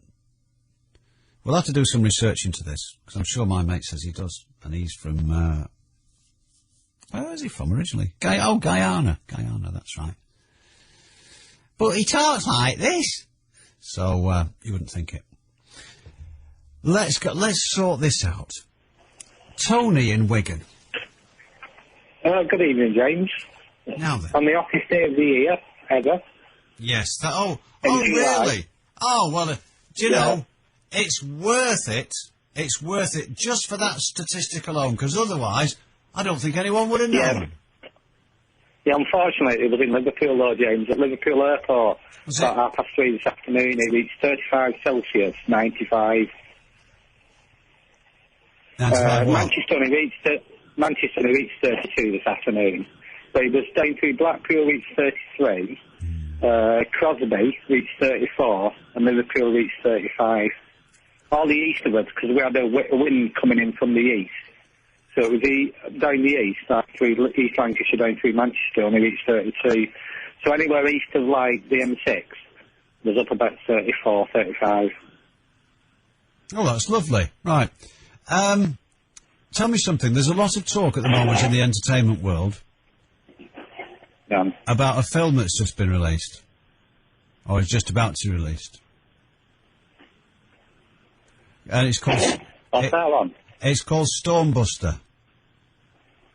Oh, it's nothing to do with storms, James. Come on. We've had a lot of enquiries wanting to know, is it the story of your life? But they've changed the name slightly to protect your identity. I don't know. I wish it was good looking as that star. Honestly. Is it? You know the one we're talking about. I'm in my 30s and not a good looking guy. Honestly. So can you? He's going to be a star of the future. Can you? So Jesus. He's nothing to do about storms, James. There is some storms moving up now from Cheshire towards you. Lovely. Towards me. What have I done? Towards Manchester, yeah. All right, I'm sorry. Right now, they're developing in Cheshire and North Wales now. You probably can hear them I've got radio on AM as well. You can pick up the real static and lightning. What have you got? There's going to be some... Thunderstorm FM? Yeah, well, I was listening on the Walkman on FM. I was listening to you, and I've got the other radio on AM. Oh, God, this is a disaster. Look, all right. Switched off. Oh, no. So, Stormbuster is not you. It's not the film of your life, set in Wigan. Filmed on location in Goulburn. No, it was me filmed in Pemberton when I was younger. Oh, right, okay, thanks for clearing that one up. Right, lovely. Pemberton area, yeah, I was saying stormbusting when I was about 17. Oh, God, right, it's just... Why is it tonight we've had people who just, like, carry on talking with no... There's no structure, they don't hear what you say, they don't answer a question, they ask you a question and don't wait for you to answer it. What's the matter with them? Debbie in Swinton, let's see if have you got any more going on? Debbie. Hello, James. You're on Q103. Hello, Hi. Debbie. Hi. I was just wondering if you'd covered, there's been a story this week in the evening news regarding 4 lads that's supposed to have played a prank on the friend. Does it involve this night nurse? It does, yeah. Oh, right. Hey, that wasn't bad, was it? No, it wasn't. Now, she's just given me the explanatory notes here, but I already knew it! Right, okay. Yes. I am the mother... All right. ...of Christopher. One of the lads that was accused. In the paper, they put him down as having spiked the friend's drink. Right, story coming up. 4 college students spiked another teenager's drink with night nurse at a party so they could go joyriding in his new car. Yeah. The pals used the household cold treatment, others are available, to send him to sleep while they took his Vauxhall Corsa for a spin. The victim, James Godwin, also a student, later fell asleep at the party after apparently drinking some of the medication. He awoke to find his car had gone. When it was returned, toothpaste had been squirted across the rear windscreen. Well, worse things happen at sea, but anyway, yeah. So you are, Debbie, you are whom? You are I whom? am Christopher's mum. If you can have a look on the, I think it's the last column where it refers at the top. Yeah, Christopher of from Swinton. Yeah, on the in the newspaper it actually says, it goes on to say, it wasn't actually done. It was a plan. It was a what? A plan? A plan, yes. They put in the evening news that it was actually done. Now, further down the column, towards the end, where the Crown Prosecution Service have made a statement, it then explains at the end, where everybody's given up by then, that it was a prank. It was never actually done. And my concern is... yes, because the Manchester Evening News has been asked to clarify the convictions of the 4 college students who admitted being involved in the taking of a car. As reported, a formal verdict of not guilty was recorded on charges of administering a noxious substance. Now, do you see the difference between the clarification and the headline?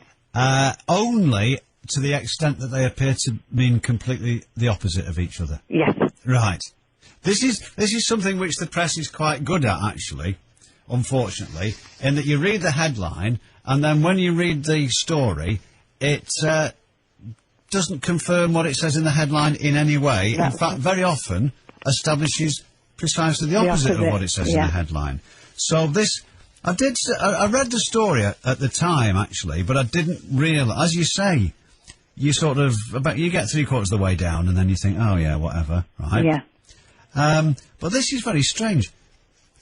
Judge Roger Thomas said it's tomfoolery and a prank, but it's a criminal offence. This is referring to the taking of the car. Yes. You all come from decent homes and backgrounds. Yes. But now have criminal convictions, which isn't a prank. So my lad was done for being carried. He got in the car. It wasn't a stranger's car. It was actually the friend. And yes, he was very, very stupid. There's been no question about that. But what has concerned me is the slur that now sticks with him, that he's trying to poison one of his friends, when in effect... Well, he's not trying to poison him. I mean... well, no, I know that. Right. But the headline... and... the first few lines indicates that action was taken. Well, this is extraordinary, isn't it? Because the first 2 sentences, they are... in fact, the first 3 sentences are very strange. The first 2, there's no argument. It says 4 college students spiked another teenager's drink so they could go joyriding his car. The pals used the household cold treatment to send him to sleep while they took his Vauxhall Corsa for a spin. The victim, James Godwin, later fell asleep at the party after apparently drinking some of the medication. Yes. But I sat through the evidence in court, and I know I've got to be very careful of what I say. Well, if someone's been convicted, you can state that they've been convicted, and if they've been acquitted, you can state that they've been acquitted. Well, the way that the papers have portrayed it is it has been an angel with no alcohol, etc. The time he fell asleep was 2:30 in the morning, which I would say is about bedtime. You know, not because he'd been poisoned. No. Not because, for any other reason other than he'd had alcohol, and it was bedtime. He woke up at 3:30 in the morning, which is only an hour later. And it was, as the papers have said, that he was drugged and drunk and whatever, it wouldn't have only been... I mean, it was never done, but what I'm saying is he'd made a massive big headline, made a big thing out of it, and then a little clarification. Yeah, well, I tell you what, I mean, there was a suggestion at one time that clarifications and retractions should be given equal prominence as the original, but that never happened. Well, I asked the editor today, and I've been on a 55-minute conversation again. He tried... well, he said he's tried his best. I asked for a photograph of the same size What do you mean he's tried his best? He runs it. Yes, but that is his best. That is, he thinks I was asking too much to ask for a photograph to be put in, and stated that people don't normally want the photograph in. And I said, yes, well, that was the case on Tuesday. I didn't want his photograph in because he hasn't done what they're saying he's done. That's, yeah, it sounds like it's a very slippery little episode, this, frankly. Yes. It's one of those things where you skate over the story and then you realise that it's it's quite important to read precisely. Yeah. This was a plan. This is the prosecutor. Yeah. This was a plan by 4 men to lace or spike a friend's drink with night nurse. They wanted to render him unconscious to go joyriding in his car. James went to sleep. So, did they actually put night nurse in his There was drink? nothing at all that pointed to my son. When there was a Daft Prank video, but when this video was taking place, my son was upstairs on a computer. Right. As far as you're aware, well, they've all been found not guilty of conspiracy. Of administering a noxious substance. Yes. Well, if they're all not guilty, that would, if no one is guilty of doing it, then no noxious substance was given. Can have been administered. Unless it was by someone other than the people charged with it, because they do sometimes get the wrong bloke. Well, listen, I mean, clearly you've had the opportunity now to explain what's gone on here. Yeah, and I thank you very much for that, because I've been banging my head on a wall best part of today. Right, well, I'm just trying to remember, what's his second name? Paul, Oryx, yeah. He's, I might have a word with him.